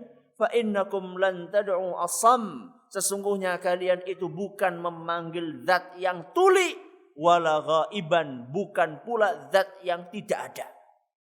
Artinya kalian itu lagi berdoa meminta kepada zat yang maha mendengar. Maka tidak perlu ngorong-ngorong. Ketika kita berdoa, kita hanya bisik-bisik. Allah dengar? Dengar. Jangankan kita berbisik-bisik. Isi hati kita saja Allah tahu. Dan Allah tidak bingung. Ya, misalnya sekarang. Yang berdoa ada berapa orang? Banyak. Di Indonesia saja? Tidak di Indonesia. Di Cina ada. Di India ada. Di Amerika ada. Di Afrika ada. Bahasanya pada beda-beda. Bahasanya wong banyu. Jangankan di Afrika bong banyu mas karo wong perbandingan ya pada lah. Wong banyu mas karo wong Bumen ya pada lah. Sunda. Wong Banyumas karo wong Bandung beda. Wong Bandung karo wong Bali beda. Wong Bali, wong Aceh beda. Itu baru satu Indonesia. Bahasanya beda-beda. Isi permintaannya juga beda-beda. Allah bingung? Allah bingung? Jenengan kita kalau ada 5 orang ngomong kabeh bahasanya pada. Bingung ora? Wong 5 ngomong kabeh sama kita. Gimana? Ge meneng disitnya ora paham. Dia lagi ngomong siji-siji golek ngomong. Tapi Allah Subhanahu wa taala dalam satu waktu jutaan manusia berdoa kepada Allah dengan bahasa yang beda-beda dan isi permintaan yang beda-beda. Allah Subhanahu wa taala Maha mendengar setiap permintaan mereka semua. Ini pelajaran yang keberapa? Yang ketiga. Pelajaran yang keempat. Ini yang kita akan agak panjang menjelaskannya insyaallah. Dengan kita mengangkat tangan, kita sebenarnya telah mengakui bahwa Allah itu ada di atas. Allah itu ada di atas. Tinggi. Dan ini perasaan itu adalah merupakan fitrah. Apa artinya fitrah? Apa artinya fitrah? Ada yang lain? Apa? Pemberian. Ada yang lain? Apa? Naluri. Naluri seorang manusia yang tidak mungkin bisa dia tolak. Kecuali nalurinya wis rusak. Itu lain masalah. Coba sekarang. Ketika kita berdoa. Mesti kita mengangkat tangan. Mengangkat tangannya kemana? Ke atas. Naluri. Yang ini sulit untuk dihilangkan. Gak ada orang minta kemudian kemana? Ke samping. Atau misalnya ke bawah, gak ada. Atau kemana? Atau ke belakang. Atau kayak gini. Gak ada. Ya. Karena ini naluri. Naluri yang Allah ciptakan di dalam diri manusia. Yang manusia itu tidak mungkin bisa mengelak dari naluri tersebut. Tapi sayangnya ada di antara para manusia yang nalurinya sudah rusak. Sehingga dia itu berusaha untuk mengingkari bahwa Allah itu ada di atas. Sehingga dia mengatakan bahwa Allah itu ada di mana-mana. Yang betul Allah itu ada di atas arsy-Nya Allah Subhanahu wa taala. Makanya dalam Al-Qur'an Allah Subhanahu wa taala berfirman, Ar-Rahmanu 'alal 'arsy istawa. Allah itu berada di atas arsy. Ini dari Al-Qur'an. Dan ini adalah fitrah manusia. Makanya pernah ada seorang ahli kalam namanya Abu Al-Ma'ali Al-Juwaini. Dia salah seorang ahli kalam yang berusaha untuk bagaimana caranya membawakan argumen-argumen rasio, argumen-argumen akli dia untuk menolak bahwasanya Allah itu ada di atas. Dia berusaha untuk membawakan argumen-argumen sampai suatu saat ada seorang muridnya namanya Al-Hamadani. Wahai Syekh, kata dia, engkau dari tadi membawakan rasio dari tadi. Coba saya tanya Syekh, kami ini itu ada naluri. Setiap kita minta itu selalu tangannya kemana? Ke atas. Gak bisa ditolak naluri itu. Setiap akan berdoa selalu tangannya tertuju ke atas. Gak pernah tangannya tertuju kemana? Ke samping kanan, ke samping kiri, ke belakang. Apalagi kemana? Ke bawah gak pernah. Itu gimana Syekh, kata dia. Dia bingung dia. Kemudian dia pegang kepalanya, kata dia. Hayyaronil Hamadani, kata dia. Muridku bikin aku bingung, katanya. Karena naluri yang gak bisa ditolak. Makanya dalam Al-Quran Allah Subhanahu wa ta'ala menegaskan sebagaimana yang saya bawakan tadi, Ar-Rahmanu 'alal 'arsy istawa. Ar-Rahman, siapa Ar-Rahman? Allah berada di atas apa? Arsy. Ini dalil dari Al-Quran. Dalil dari sunnah Nabi SAW, sebuah hadis yang sahih. Di mana Nabi SAW pada suatu saat ketemu dengan seorang budak wanita. Nabi SAW bertanya, Aina Allah? Wahai budak, Allah itu ada di mana? Allah itu ada di mana? Kata budak tadi, fis sama, di langit. Seorang budak yang masih dalam keadaan fitrahnya yang masih bersih. Ditanya, di mana Allah? Kata budak itu, di langit. Man ana? Siapa saya? Kata budak itu, kamu Rasulullah, utusannya. Maka pemilik dari budak tadi, majikannya dipanggil sama Nabi SAW. Wahai majikan, lihat ini. A'tikha, bebaskan budak wanita ini. Fa innaha mu'minah, sesungguhnya budak wanita ini adalah seorang mukminah. Jadi kayak gini Nabi SAW mengakui enggak? Mengakui bahwasanya apa yang dibawakan oleh wanita tersebut benar. Bahwa ketika wanita itu mengatakan Allah itu di langit, benar. Dan hadisnya adalah hadis yang sahih, diriwayatkan oleh Imam Muslim dalam sahihnya. Dan bukan cuma Imam Muslim yang menilai hadis ini sahih, ada sebuah buku yang sangat bagus ya, yang membahas dan mengupas tentang keabsahan hadis tadi yang saya bawakan. Memang hadisnya sudah ada dalam Sahih Muslim, tapi yang namanya orang kalau hatinya itu sudah ada penyakitnya, hadis Sahih Muslim pun juga ditolak. Jangankan hadis Muslim, kadang-kadang ayat Quran saja ditolak kalau hatinya sudah nggak sehat. Nah, kalau sudah benci sampai ayat Quran pun ditolak. Nauzubillahi min.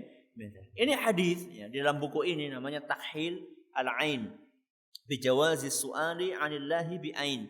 Inilah karya Dr. Shadiq Ibnu Salim Ibnu Shadiq. Di sini dibawakan bahwa yang menilai hadis yang saya bawakan tadi sahih itu banyak sekali dari dulu sampai sekarang. Di antaranya ada di sini Imam Ibnu Abdul Bar, Imam Al-Baghawi, Imam Ibnu Qudamah. Ini dari madhabnya aja sudah beda-beda madhab fikihnya. Imam Ibnu Abdul Bar madhabnya Maliki, Imam Baghawi madhabnya Syafi'i, Imam Ibnu Qudamah di sini madhabnya Hambali, Imam Az-Zahabi madhabnya Syafi'i, Ibnu Hajar Al-Asqalani madhabnya Syafi'i, Ibnu Al-Wazir Al-Yamani, dan juga Syekh Al-Albani. Banyak sekali ulama yang mensahihkan. Tapi orang yang hatinya sakit, hadis yang genah-genah sahih diapakan? Ditolak oleh mereka. Na'udzubillahi min. Jadi dalil dari Quran, dalil dari sunnah, dan juga ijma' para ulama. Apa artinya ijma'? Sepakat. Ulama Islam itu sudah sepakat bahwa Allah itu berada di atas. Sebagaimana dinukil oleh Imam Abul Hasan Al-Asy'ari. Ini sayang ya, imamnya mengatakan seperti itu, tapi pengikutnya tidak seperti itu. Pengikutnya Imam Abul Hasan Al-Asy'ari bertolak belakang dengan pendapat imamnya. Imam Abul Hasan Al-Asy'ari beliau berkata dalam kitabnya Risalah ila Ahli Tsaghr, kata beliau, wa ajma'u ala annahu ta'ala fawqa samawatihi ala arsyihi, bahwasanya para ulama itu telah berijma' dan bersepakat bahwa Allah itu berada di atas langit, di atas arsy. Arsy itu di mana sih? Di atas mana? Di atas ini. Hah? Langit ke-7. Betul. Jadi kayak gini urutannya, langit yang kita lihat sekarang itu langit pertama. Biasa diistilahkan dengan langit bumi. Nah, sama udunya, langitnya bumi. Maksudnya langit yang paling dekat dengan bumi. Di atas langit pertama ada langit kedua. Di atas langit kedua ada langit ketiga, keempat, kelima, keenam, ketujuh. Di atas langit ketujuh ada samudra. Di atas samudra ada arsy Allah. Di atas arsy ada Allah. Ada kursi, di atas kursi. Di atas arsy ada Allah Subhanahu wa taala, dan kakinya Allah letakkan di atas kursi. Kursi itu bukan dingklik. Wasi'a kursiyuhus samawati wal ardh. Jadi dikira kursi kok dingklik siapa? Bukan. Kalau arti dari kursi yang disebutkan di dalam ayat kursi, namanya juga ayat kursi. Ayat kursi itu ayat dingklik. Nanti ayat kursi ayat dingklik. Kursi yang dimaksud dalam ayat kursi itu adalah tempat kakinya Allah Subhanahu wa taala, dan itu berada di atas arsy-Nya Allah Subhanahu wa taala. Itu dalil dari ijma'. Adapun dari fitrah tadi kita sudah sebutkan bahwa kita itu subhanallah, jangankan manusia, sampai kambing saja. Kalau yang mencermati kambing itu kalau lama nggak turun hujan, kambing itu ngadapnya kemana? Ke atas. Pernah memperhatikan enggak? Orang tua wedhus sih. Atau punya kambing tapi nggak pernah perhatikan, sementing wedhusnya wareg cepat kok bisa disegera disembelih didol. Itu pikirannya gitu. Coba kalau panjenengan perhatikan, kalau musim kemarau kemudian kambingnya itu dibiarkan merumput, lama nggak turun hujan, lihat kambingnya. Dia akan mendongak ke atas. Sampai kambing saja dia tahu kalau kebutuhannya itu ada di mana? Ada di atas, yaitu Allah Subhanahu wa taala. Makanya Nabi kita Muhammad sallallahu alaihi wasallam ketika lagi khutbah berdoa, bagaimana caranya? Jari telunjuknya diangkat. Diangkat kemana? Atas. Tidak ada orang berdoa kayak gini. Hah? Berdoa tuh mesti kayak gini, ke atas. Nabi SAW ketika berdoa dalam khutbah Jumat, kata seorang sahabat Nabi SAW yaitu Husain ibn Abdurrahman, kata beliau, ra'aitu Rasulullah sallallahu alaihi wasallam wa huwa 'alal mimbar yakhtub idza da'a yaqulu hakadha farafa'a as-sabbabata wahdaha. Dalam hadis riwayat Muslim. Kata sahabat tadi, saya melihat Nabi SAW ketika sedang berkhutbah, beliau berdoa ketika khutbahnya sambil mengangkat jari telunjuknya.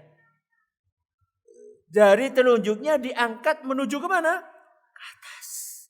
Artinya apa? Artinya yang sedang dipanggil adalah Allah Subhanahu wa taala. Makanya ketika Nabi berdoa sama juga. Nabi berdoa, kadang-kadang kan ada yang doa biasa seperti ini. Ada juga doa yang luar biasa. Ketika lagi apa? Ketika urusannya sedang penting sekali. Nabi SAW semakin mengangkat ke atas atau semakin mengangkat ke bawah? Atas. Itu menunjukkan semakin penting maka semakin diangkat oleh Nabi SAW. Sampai diceritakan kelihatan apanya? Kelihatan putihnya ketiak Nabi SAW. Jadi itu menunjukkan bahwa Nabi itu mengakui bahwasanya Allah itu ada di mana? Ada di atas. Begitu pula Nabi SAW ketika sedang haji wada. Apa artinya haji wada? Haji perpisahan. Nabi SAW sebelum meninggalnya melakukan haji wada. Nabi menyampaikan nasihat yang begitu panjang kepada para sahabatnya. Karena seakan-akan itu nasihat sebelum beliau wafat. Nabi SAW setelah menyampaikan nasihat itu, Nabi bertanya kepada para sahabatnya, ala hal ballagtu, wahai para sahabat, bukankah wahyu dari Allah sudah saya sampaikan kepada kalian semuanya? Kata para sahabat, iya wahai Nabi. Seluruh wahyu dari Allah sudah engkau sampaikan kepada kami. Setelah para sahabat menjawab seperti itu, Nabi SAW mengangkat tangannya ke atas.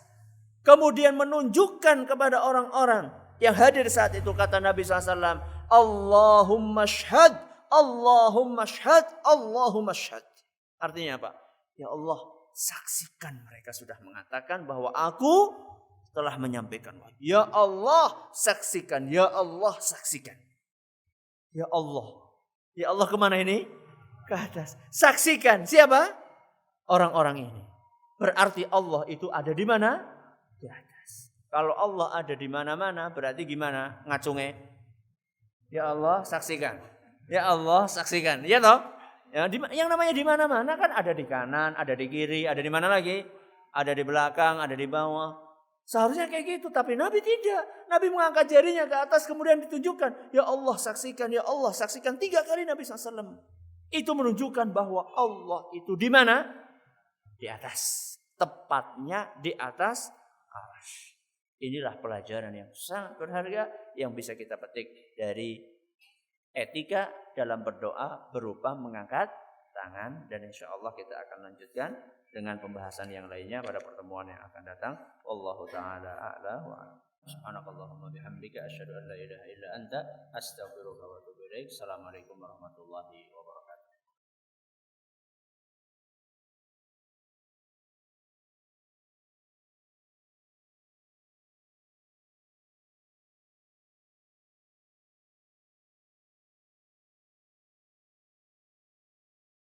Bismillahirrahmanirrahim.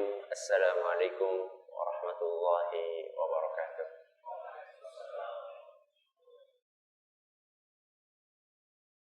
Alhamdulillah rabbil alamin.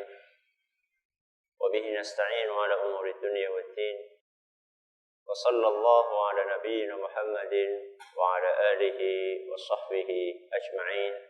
Amma ba'd. Kita panjatkan puja dan puji syukur kehadirat Allah Tabaraka wa Ta'ala. Pada kesempatan malam yang berbahagia kali ini kita kembali diberi kekuatan, kesehatan, hidayah serta taufik dari Allah Jalla wa Ala, sehingga kita bisa kembali menghadiri pengajian rutin malam Senin Musalla Al-Hidayah di Desa Kedung Buluk, Purbalingga ini. Kita berharap semoga Allah Tabaraka wa Ta'ala berkenan untuk melimpahkan kepada kita semuanya ilmu yang bermanfaat, sehingga bisa kita amalkan sebagai bekal untuk menghadap kepada Allah Jalla wa Ala. Amin ya Rabbal Alamin. Salam dan salam semoga senantiasa tercurahkan kepada junjungan kita Nabi besar Muhammad sallallahu alaihi wasallam, kepada para sahabatnya, keluarganya, dan umatnya yang setia mengikuti tuntunannya hingga akhir nanti. Para hadirin sekalian yang kami hormati dan juga segenap pendengar Radio Muslim di Jakarta dan sekitarnya, serta para pemirsa Yufid TV dimanapun Anda berada. Pada kesempatan yang berbahagia kali ini kita akan memasuki salah satu etika doa yang sering ditanyakan oleh banyak orang tentang sebenarnya etika ini disunahkan atau tidak. Kemudian kalaupun disunahkan, kapan mempraktekkan etika ini? Terus pertanyaan yang lainnya adalah bagaimana cara mempraktekkan etika ini?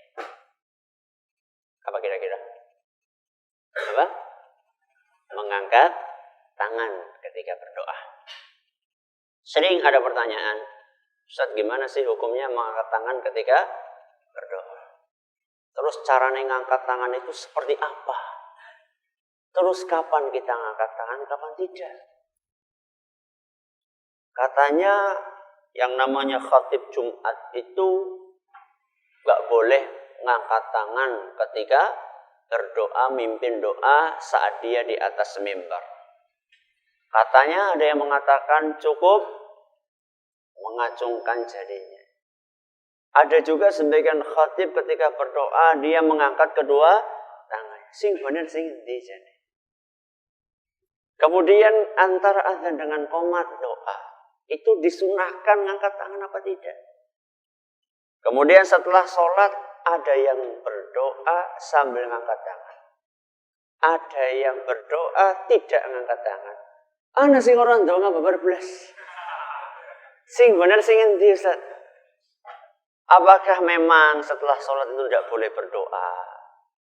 Yang ada adalah zikir saja. Atau sebenarnya boleh? Kalaupun boleh, apakah perlu dipimpin bareng-bareng? Atau sendiri-sendiri? Kalau sendiri-sendiri ngangkat tangan atau tidak ngangkat tangan? Pertanyaan seputar mengangkat tangan ketika berdoa. Insya Allah pada kesempatan kali ini kita akan bahas masalah mengangkat tangan ketika berdoa. Mengangkat tangan ketika berdoa merupakan sunnah berdasarkan ijma' para ulama. Mengangkat tangan ketika berdoa hukumnya sunnah berdasarkan ijma' para ulama. Yang namanya sunnah berarti lebih baik dilaksanakan. Secara umum seperti itu. Lain kalau misalnya kita sudah masuk ke dalam rincian-rincian tadi. Ketika khutbah Jumat, setelah sholat, antara adzan dengan qomat, doa ketika dalam sholat, doa ketika sujud. Itu sudah masuk perincian. Tapi kalau kita berbicara secara umum, yang namanya mengangkat tangan hukumnya sunnah di dalam berdoa. Dan hal tersebut berdasarkan hadis Nabi Sallallahu Alaihi Wasallam yang bukan hanya sahih saja, tapi sudah sampai derajat apa? Mutawatir. Apa? Mutawatir. Sering saya sampaikan di sini bahwa hadis mutawatir itu neng dure kok bisa ya? Dulu perkiraan kita sing paling sahih ya hadis sahih. Oh ini kok ada hadis sahih di atasnya hadis sahih. Namanya hadis apa? Mutawatir. Kok bisa? Ada yang tahu? Kok bisa mutawatir bisa ngungkuli hadis sahih? Kenapa coba? Yang meriwayatkan apa? Banyak, betul. Yang menyebabkan hadis mutawatir itu mengalahkan dalam tanda kutip hadis sahih karena hadis mutawatir ini yang meriwayatkan banyak dari sahabat Nabi Shallallahu Alaihi Wasallam. Khusus untuk masalah mengangkat tangan ini, kata Imam As-Suyuti, hadisnya mutawatir secara maknawi. Hadis yang berbicara tentang mengangkat tangan itu sekitar 100 hadis. Berapa? 100 hadis. Akeh apa ora? Ya banyak. Perbandingan. Hadis bunyinya innamal a'malu binniyat. Amal itu tergantung hadis sahih enggak? Sahih enggak? Yakin? Bruno Sahih Bukhari hadis nomor 1. Hadis yang pertama kali keluar dalam Sahih Bukhari itu adalah innamal a'malu binniyat. Ini hadis cuma 1 saja jalannya. Kalau tadi berapa? 100. Bukan berarti innamal a'malu itu tidak sahih. Sahih juga. Cuman di antara yang sahih-sahih itu pun berkelas-kelas. Ada namanya hadis apa tadi? Mutawatir. Secara maknawi. Kata para ulama, kata Imam Suyuti, hadis yang berbicara tentang mengangkat tangan ini mutawatir. Ada yang dalam Sahih Bukhari, ada yang di luar Sahih Bukhari. Dan mengangkat tangan ini dipraktekkan oleh Nabi Sallallahu Alaihi Wasallam dengan perbuatannya dan diperintahkan oleh beliau dengan ucapannya. Yang namanya hadis kan bisa dengan perbuatan, bisa dengan apa? Ucapan. Mengenai mengangkat tangan ini, Nabi SAW praktek dengan perbuatannya sekaligus memotivasi umatnya dengan lisannya. Kita mulai yang mana dulu? Prakteknya di situ lah. Kita mulai dari yang prakteknya. 100 hadis ya kan banget ya. Kita bawakan beberapa contohnya saja. Di dalam Sahih Bukhari dari Abu Musa al-Ash'ari, beliau berkata, "Da'an Nabiyyu sallallahu alaihi wasallam thumma rafa'a yadayhi." Nabi sallallahu alaihi wasallam berdoa sembari mengangkat kedua tangannya. Ini ucapan apa praktek? Praktek Nabi Shallallahu Alaihi Wasallam ketika berdoa beliau mengangkat kedua. Kemudian kata Abu Musa al-Ash'ari, wa ra'aitu bayadha ibtaihi. Dan Nabi Shallallahu Alaihi Wasallam ketika mengangkat tangan itu, kata Abu Musa, sampai saya melihat nuwun sewu putihnya apa ini namanya? Ketiak Nabi SAW. Kepriwe ngangkat tangan nganti keton. Priwe jajar. Hah? Gimana? Kayak gini keton? Belum keton? Belum keton? Belum, sampai kelihatan. Ini ngangkat. Berarti nak donga kayak gitu terus. Ya ora umum Ustaz. Nah, nanti kita akan jelaskan di akhir cara-cara ngangkat tangan ketika berdoa itu kayak apa saja. Ya. Nanti kita akan jelaskan ada 3 cara. Ada berapa cara? 3 cara tergantung jenis doa yang akan diucapkan. Ini hadis dalam Sahih Bukhari. Jadi Nabi SAW praktek apa enggak? Praktek. Hadis yang lainnya diceritakan di dalam An-Nasa'i dengan sanad yang dinilai kuat oleh sebagian ulama. Kata Usamah radhiyallahu anhu, kuntu radifan Nabi sallallahu alaihi wasallam bi Arafat. Kata Usamah, saya membonceng Nabi sallallahu alaihi wasallam di Arafah. Membonceng di atas apa? Onta. Membonceng di atas onta. Di mana tadi? Arafah. Ini lagi apa ini Arafah ini? Lagi wukuf. Wukuf di Arafah itu adalah merupakan salah satu momen yang doa saat itu sangat mustajab. Makanya kan yang Rasulullah SAW mengatakan Al-Hajju Arafah. Haji itu Arafah. Artinya intinya haji itu di mana? Kalau misalnya ada orang haji, kemudian dia sudah tawaf, sudah sa'i, sudah mabit di Mina, sudah di Musdalifah, kurang siji Arafah. Hajinya apa? Ora sah. Aduh, Ustaz tekang Indonesia. Malah lihat tukang Indonesia ora sah ora. Karena intinya haji ada di mana? Di Arafah. Saat itu ketika Nabi SAW sedang di Arafah, Usamah bonceng di belakang beliau. Farafa'a yadayhi yad'u. Saat itu Nabi SAW sambil naik onta, beliau mengangkat kedua tangannya berdoa kepada Allah. Seperti yang saya katakan tadi bahwasanya hari Arafah adalah salah satu waktu yang mustajab. Ketika Nabi SAW mengangkat tangan tadi, tengah-tengah beliau sedang berdoa, ontanya itu gerak. Ontanya gerak, miring, sampai tali apa ini namanya yang biasa buat ini? Tali kekangnya itu jatuh. Tali kekangnya jatuh. Apa yang dilakukan oleh Nabi sallallahu alaihi wasallam? Fatanawaluhu biyadihi wa huwa rafi'un yadal ukhra. Ketika tali kekangnya itu jatuh, Nabi SAW ngambil nggak talinya? Ngambil. Ngambil pakai tangan satu, yang satunya masih tetap apa? Ini menunjukkan apa?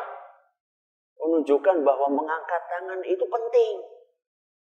Makanya Nabi SAW tidak kemudian ngaso disin angkat tangannya jukut tali. Enggak.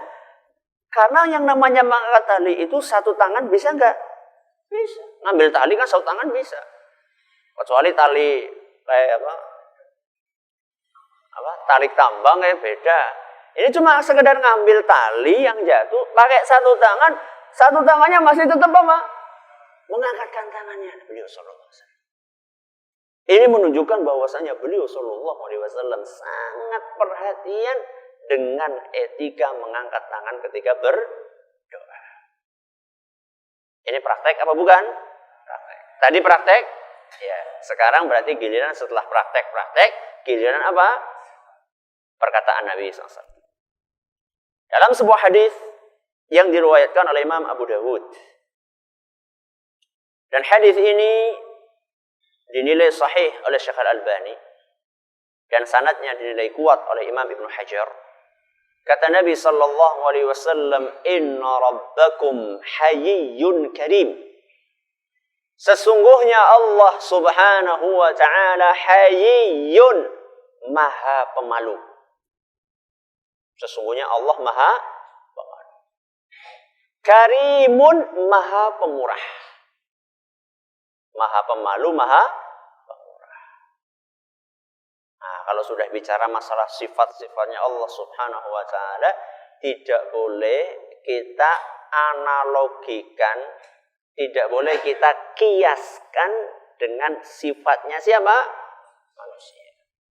Karena dalam Al-Quran Allah mengatakan laisa kamitslihi syai'un. Kalau di manusia kan kalau malu banget, apa tanda-tandanya? Mukanya merah. Terus celingusan. Ada yang lain selain itu? Menundukkan kepala. Udah?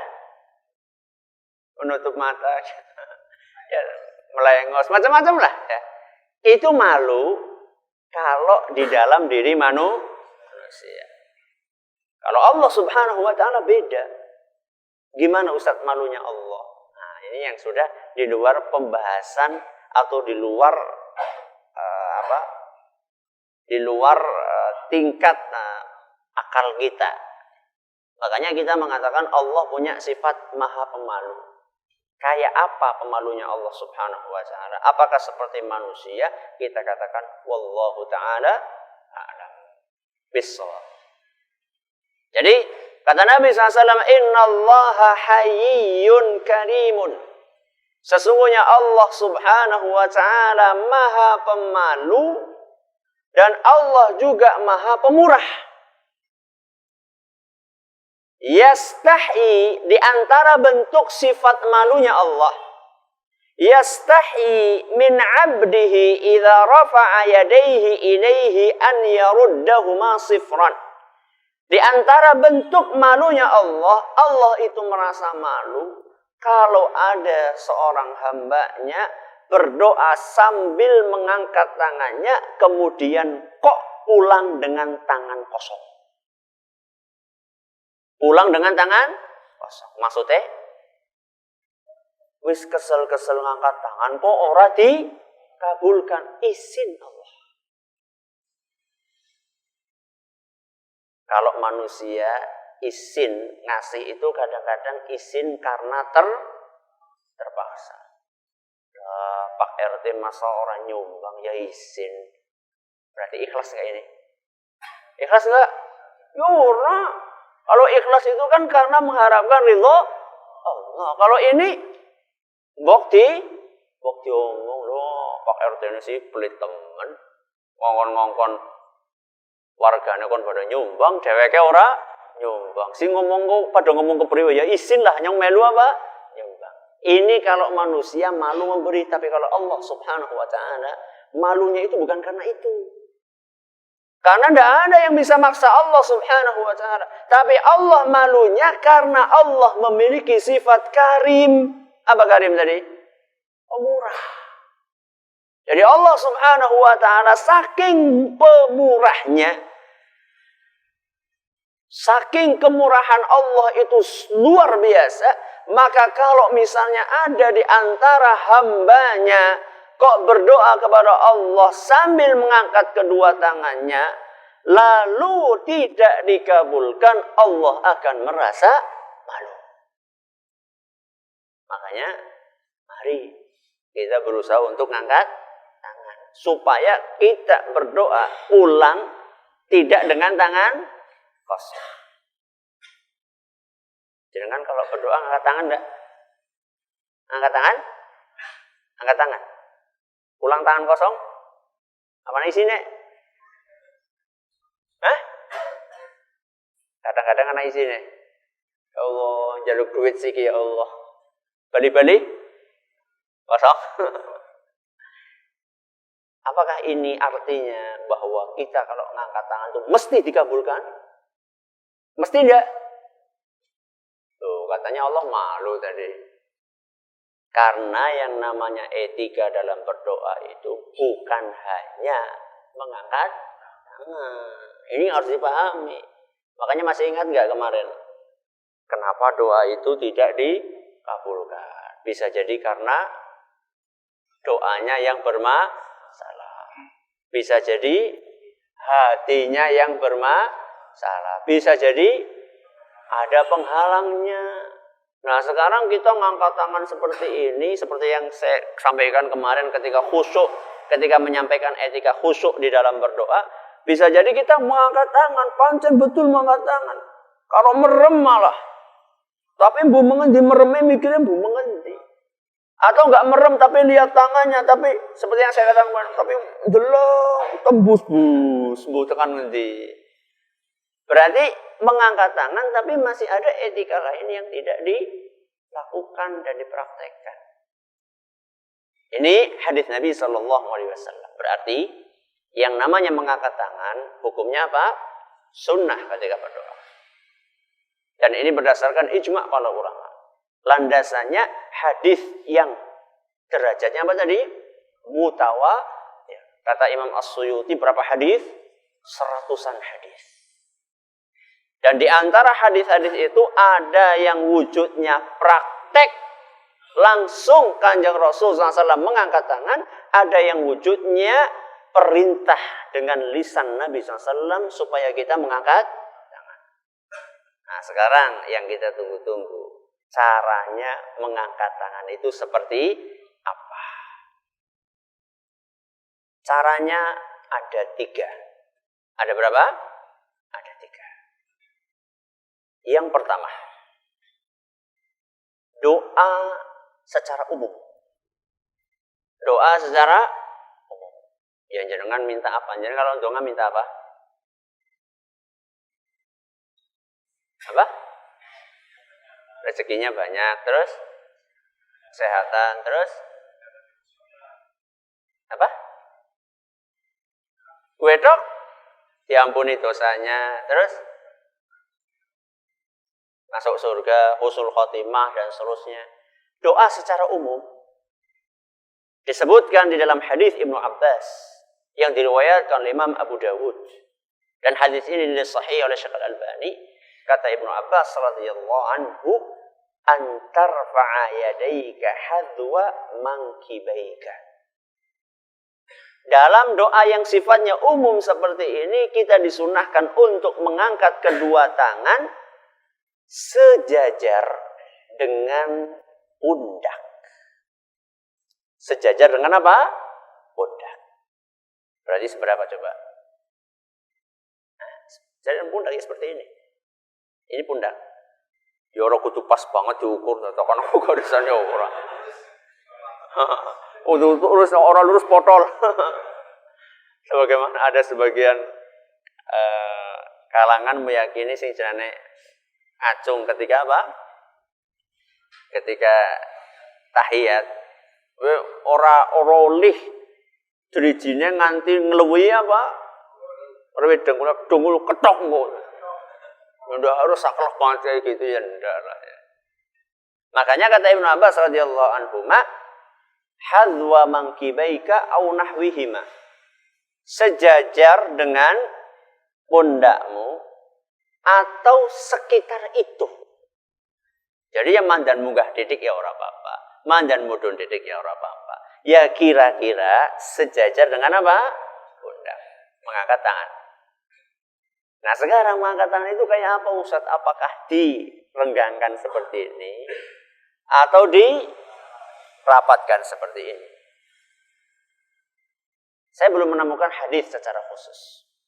Cuman ada keterangan ulama yang akan saya bawakan di sini. Ada keterangan ulama dari Syekh Bakar Abu Zaid, dan saya belum menemukan hadisnya. Mungkin beliau sudah menemukan, kalau saya belum menemukan. Kata beliau, mengangkat kedua tangan ini, kata beliau dirapatkan. Jadi segini sambil dirapatkan. Menurut beliau. Jadi bukan sekedar hanya mengangkat tangan seperti ini atau seperti ini. Kata beliau dirapatkan. Masih kata beliau, tambahan juga, bisa juga ditaruh di depan muka doanya. Taruh apa? Rasilo. Taruh nutupi muka, kata beliau. Nah, ini tambahan dari beliau. Kalau dalam hadis Ibnu Abbas, cuma disatakan di situ adalah, setahu kami, adalah sejajar dengan pundak. Adapun apakah dirapatkan atau tidak, dari keterangan ulama disebutkan supaya dirapatkan sejajar dengan apa tadi? Pundak. Berarti kan kayak gini sejajar pundak. Ini sudah sejajar belum? Kurang? Kayak gini. Nah, bisa kayak gini, bisa di depan apa? Mukanya. Ini doa secara umum. Doa secara umum. Kapan Ustaz? Ya macam-macam. Misalnya ketika kita sedang doa secara umum tadi, kemudian mungkin ketika doa istisqa. Doa istisqa. Apa istisqa? Doa minta hujan. Ketika doa minta hujan, lagi sholat istisqa, itu disunahkan untuk mengangkat tangan. Kemudian juga doa ketika kunut di dalam sholat witir. Namanya sholat witir itu disunnahkan untuk kunut. Terutama di rakaat terakhir. Itu juga mengangkat tangan seperti itu caranya mengangkat tangan. Ini cara yang pertama. Sejajar dengan apa tadi? Sejajar dengan pundak. Cara yang kedua. Ini yang mungkin banyak yang belum tahu.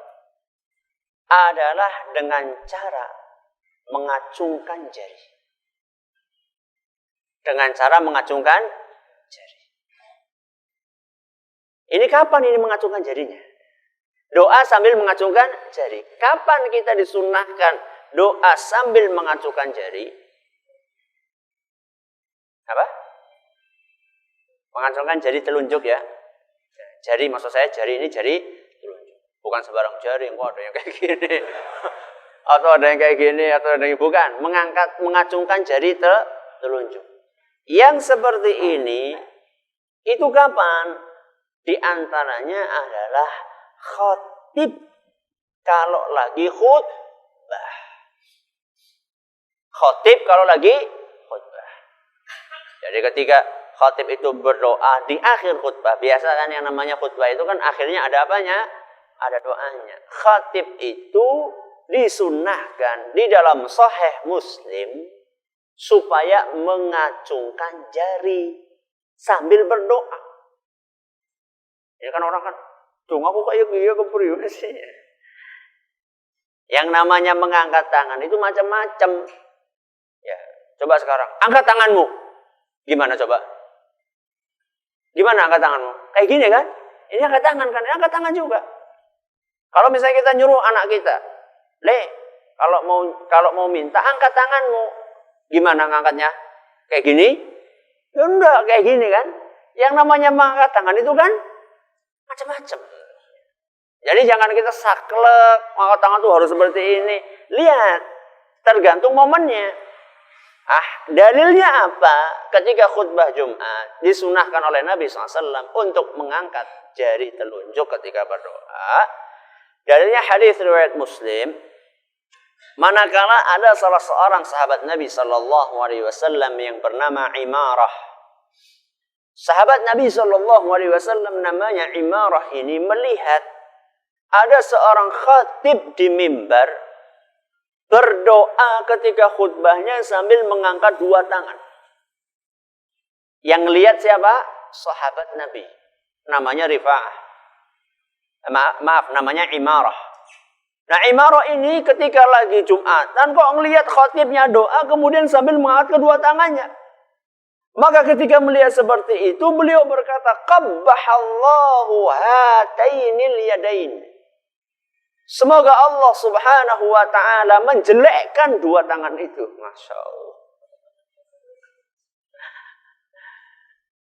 Jadi didoakan tapi doa yang baik apa yang jelek ini? Doa jelek. Jelas-jelas semoga Allah menjelekkan dua tangan itu. Ini yang ngomong siapa? Sahabat Nabi. Loh, kenapa wong donga kok malah didoakan seperti itu?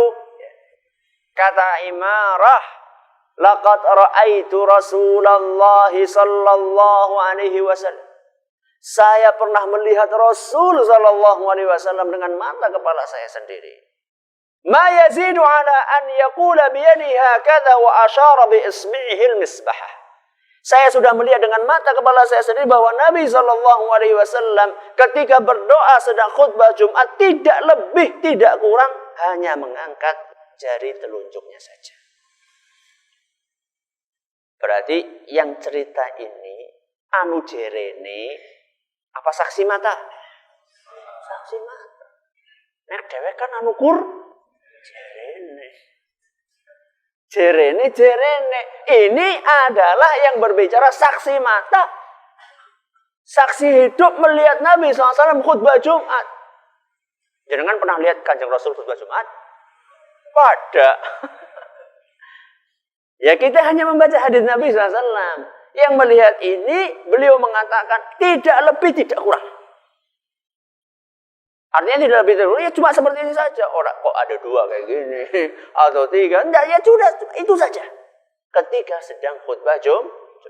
Sudah. Kapan lagi mengangkat tangan? Mengangkat apa tadi? Jari doa ketika tasyahud. Ketika tahiyat. Tahiyat itu ada doanya enggak? Ada. Mana doanya? Assalamu alayka ayyuhan nabiyyu. Itu doa atau bukan? Doa. Allahumma salli ala Muhammad. Doa bukan? Doa.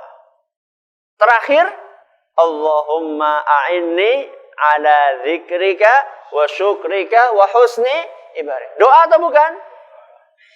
Saat itu tangan kita gimana? Acung toh?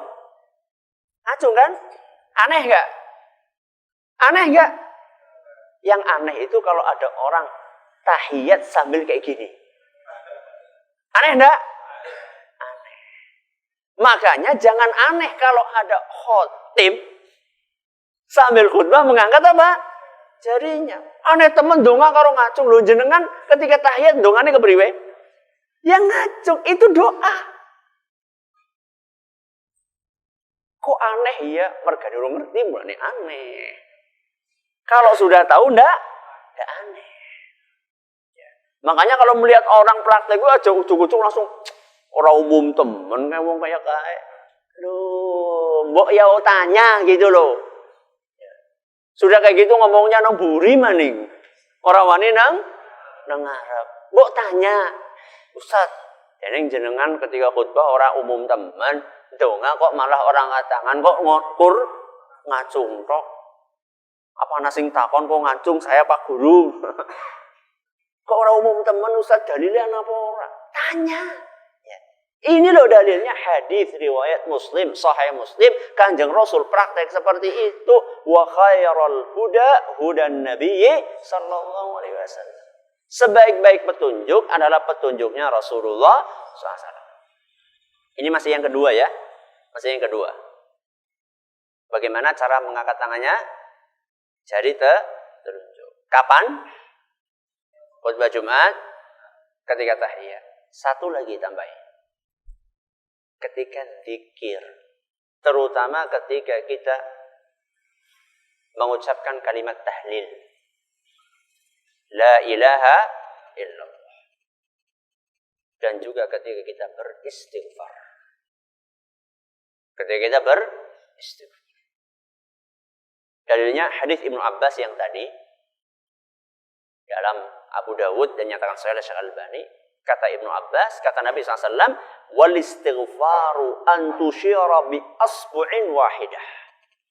Ketika beristighfar, engkau mengacungkan jari satu. Astaghfirullahaladzim. Astaghfirullahaladzim. Atau ketika mengucapkan la ilaha illallah. Apakah setiap itu harus seperti itu? Ya tidak. Dari tadi kan kita bicara mengangkat tangan itu hukumnya apa? Sunnah. Jadi suatu saat kita ingin mengucapkan la ilaha illallah sambil mengangkat tunggal jarinya, ini adalah termasuk yang disunnahkan. Kalau masalah kalimat la ilaha illallah sambil mengacungkan tangan, hadis yang tadi riwayat lain, hakadzal ikhlasu, begitulah kalimat ikhlas, yaitu la ilaha illallah sambil mengacungkan jari telunjuknya. Ini cara yang keberapa? Yang kedua. Kita ulangi lagi ya, biar nanti enggak bingung. Yang pertama apa tadi? Doa secara umum. Bagaimana mengangkat tangannya? Sejajar dengan pundak. Ini yang pertama. Secara umum doa seperti itu, mengangkat tangan. Yang kedua, dengan cara mengangkat jari, yaitu jari telunjuk. Kapan tadi? Khutbah Jumat. Khatib loh, ini bukan makmum loh. Siapa? Khatib. Nanti jangan-jangan ujuk-ujuk masuk pada makmumnya pada kayak gitu. Lagi ngapa sih ditakoni nang ustaz? Khatib apa? Kon pada ngacung. Ini bicara tentang siapa? Khatib. Khatib. Ya. Engko mau salah tambah nanti. Ketika khutbah Jumat, siapa? Khatib. Kemudian kapan? Ketika tahiyat. Kemudian ketika istighfar atau mengucapkan kalimat tahlil. Ini cara yang kedua. Cara yang ketiga, Yang tadi di depan itu.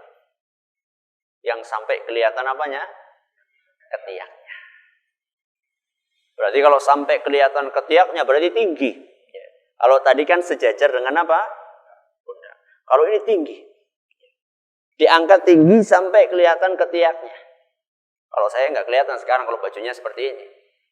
Kalau pada zaman Nabi SAW, terkadang Nabi SAW memakai kayak kain ihram itu loh. Nah ini kan tadi kan lagi haji. Nabi lagi apa? Haji. Makanya bajunya adalah baju kain, ya kayak jarit, tapi warnanya apa? Putih. Kemudian di bawahnya selempangan, di atasnya di apa kan ini namanya? Dikerodongakan. Dikerodongakan sambil disampirkan ke sini. Ketika ngangkat tangan tinggi berarti kan mesti kelihatan. Dan ini ada faedah penting. Maaf. Ketika kelihatan putih berarti apa? Berarti ketiaknya Nabi bersih. Mulanya Kanjeng Rasul SAW mengatakan termasuk sunanul fitrah. Sunnah-sunnah yang kaitannya dengan fitrah. Itu membersihkan apa? Bulu ketiak. Jadi jangan sampai kita bangga delong. Semakin Samson. Semakin apa? Semakin lebat, semakin enggak, itu enggak sesuai dengan sunnah Nabi SAW. Bahkan Nabi SAW itu memberikan jeda waktu maksimal 40 hari. Maksimal berapa? 40 hari. Berarti ini urung 40 dina, urung mau dicukur Ustaz. Bukan. Maksimal itu artinya nek wis seminggu wis dawa-dawa ya wis. Nah, itu. Ini menunjukkan seperti itu. Loh kalau misalnya Nabi SAW tidak mencukur atau tidak membersihkan bulu ketiaknya, berarti kan apa? Aku melihat hitamnya ketiak Nabi. Di sini hadisnya ra'aitu bayadha ibtaihi. Saya melihat putihnya ketiak Nabi. Kalau bulunya akeh kan udah putih. Apa wis ubanen? Ya enggak, Nabi SAW sampai meninggal dunia itu cuma beberapa helai rambutnya yang putih. Padahal usia beliau berapa? 63 tahun. Ini menunjukkan bahwa ini harus dibersihkan. Dan di dalam hadisnya natsful ibti, mencabut. Nah iso. Nah, kalau bisa itu dicabut. Aduh, lara Ustaz. Ini karena awalnya yang sudah keliru. Awalnya itu sudah dikerok. Biasanya kalau dikerok itu jadi nyerodok. Jadi kandel-kandel kemudian sakit kalau dicabut. Aduh Ustaz, lebih ngerti sih Ustaz. Ya, yang belum tahu ya alhamdulillah sekarang sudah. Kalau memang ternyata terlalu sakit dicabuti ya enggak apa-apa pakai gunting. Kalau misalnya terlalu sulit juga ya pakai kerokan ya enggak apa-apa. Yang penting intinya itu dibersihkan. Dan itu diantara manfaatnya kata para ulama, itu mengurangi bau. Mengurangi apa? Bau. Semakin banyak rambutnya itu maka akan semakin peluang bau itu semakin besar. Makanya kadang-kadang saya sholat di samping orang gue ketika Allahu Akbar. Aduh rasanya orang pindah ke priwe, orang pindah ke priwe. Jadi dhuwur karo ngisor kene itu semuanya Allahu Akbar, dhuwure mambu jengkol. Ngisore mambu mambu kecut. Aduh ya Allah. Mbok ya kalau ke masjid itu kaosnya minimal itu kaos dalamnya. Si biasanya langsung kena keringat kan kaos dalam. Minimal kaos dalam itu diganti. Karena biasanya mambu niku nang kaos jero. Jenengan habis dari sawah loh, habis dari pasar, habis dari mana kan basah itu. Mbok ya dicopot disit, ditinggal di rumah, kancane aja dibageni apa? Ambu. Sudah, ini mengangkat tangan sampai kelihatan apa tadi? Ketiaknya. Kapan seperti ini? Kata kata Nabi SAW dalam hadis Ibnu Abbas yang tadi, al-ibtihal. Al-ibtihal itu adalah ketika kita sedang minta sesuatu yang sangat besar. Entah itu karena kita sedang kepepet atau lagi takut sekali, atau kita dalam keadaan musibah yang mencakup banyak orang. Contohnya ketika sedang terkena musim paceklik. Dan pacekliknya itu sangat panjang. Makanya Nabi SAW dalam beberapa kesempatan ketika sholat istisqa, beliau itu mengangkat apa? Tangannya sampai kelihatan apa tadi? Ketiaknya. Karena ini kaitannya bukan untuk satu orang, tapi untuk kepentingan orang banyak. Atau misalnya Nabi SAW pernah mengangkat tangan seperti itu ketika beliau dalam keadaan perang. Beliau berdoa kepada Allah, kaum muslimin, ya Allah, semoga kaum muslimin menang. Ini kan bukan hanya kepentingan satu orang, tapi kepentingan orang banyak. Kepentingan agama ini, kalau misalnya kaum muslimin kalah, nanti agama bisa hancur. Maka ini adalah dalam momen-momen tertentu. Makanya kalau panjenengan minta apa? Allah Ustaz. Ya Ustaz, ya Allah. Ya Allah, aku pengen bojo. Kalau itu ya udah usah sampai apa? Tinggi-tinggi. Itu termasuk doa yang sifatnya umum. Berarti itu masuk ke dalam cara yang keberapa? Sudah bisa dipahami? Saya ulangi. Yang pertama, secara umum, seberapa tingginya? Sepundak. Kemudian yang kedua, mengacungkan jari. Kapan? Ketika khatib sedang khutbah Jumat, terus ketika tasyahud, terus ketika berzikir, mengucapkan istighfar atau kalimat tahlil. Yang ketiga apa? Mengangkat tangan sampai kelihatan ketiaknya, itu adalah ketika dalam momen yang apa tadi? Yang penting sekali, besar, ya, kaitannya dengan orang banyak atau karena ada musibah yang menimpa umat ini. 3 cara mengangkat tangan, dan masih ada pembahasan yang lainnya. Insya Allah kita akan bahas bahwa ternyata ada beberapa saat yang justru tidak disunahkan untuk mengangkat tangan. Ini nanti kita akan bahas insya Allah pada pertemuan yang akan datang dengan izin Allah Subhanahu wa Ta'ala. Terima kasih atas perhatiannya. Mohon maaf segala kurangnya. Kita tutup dengan membaca subhanakallahumma bihamdika asyhadu an la ilaha illa anta astaghfiruka wa atubu ilaik. Assalamualaikum warahmatullahi wabarakatuh.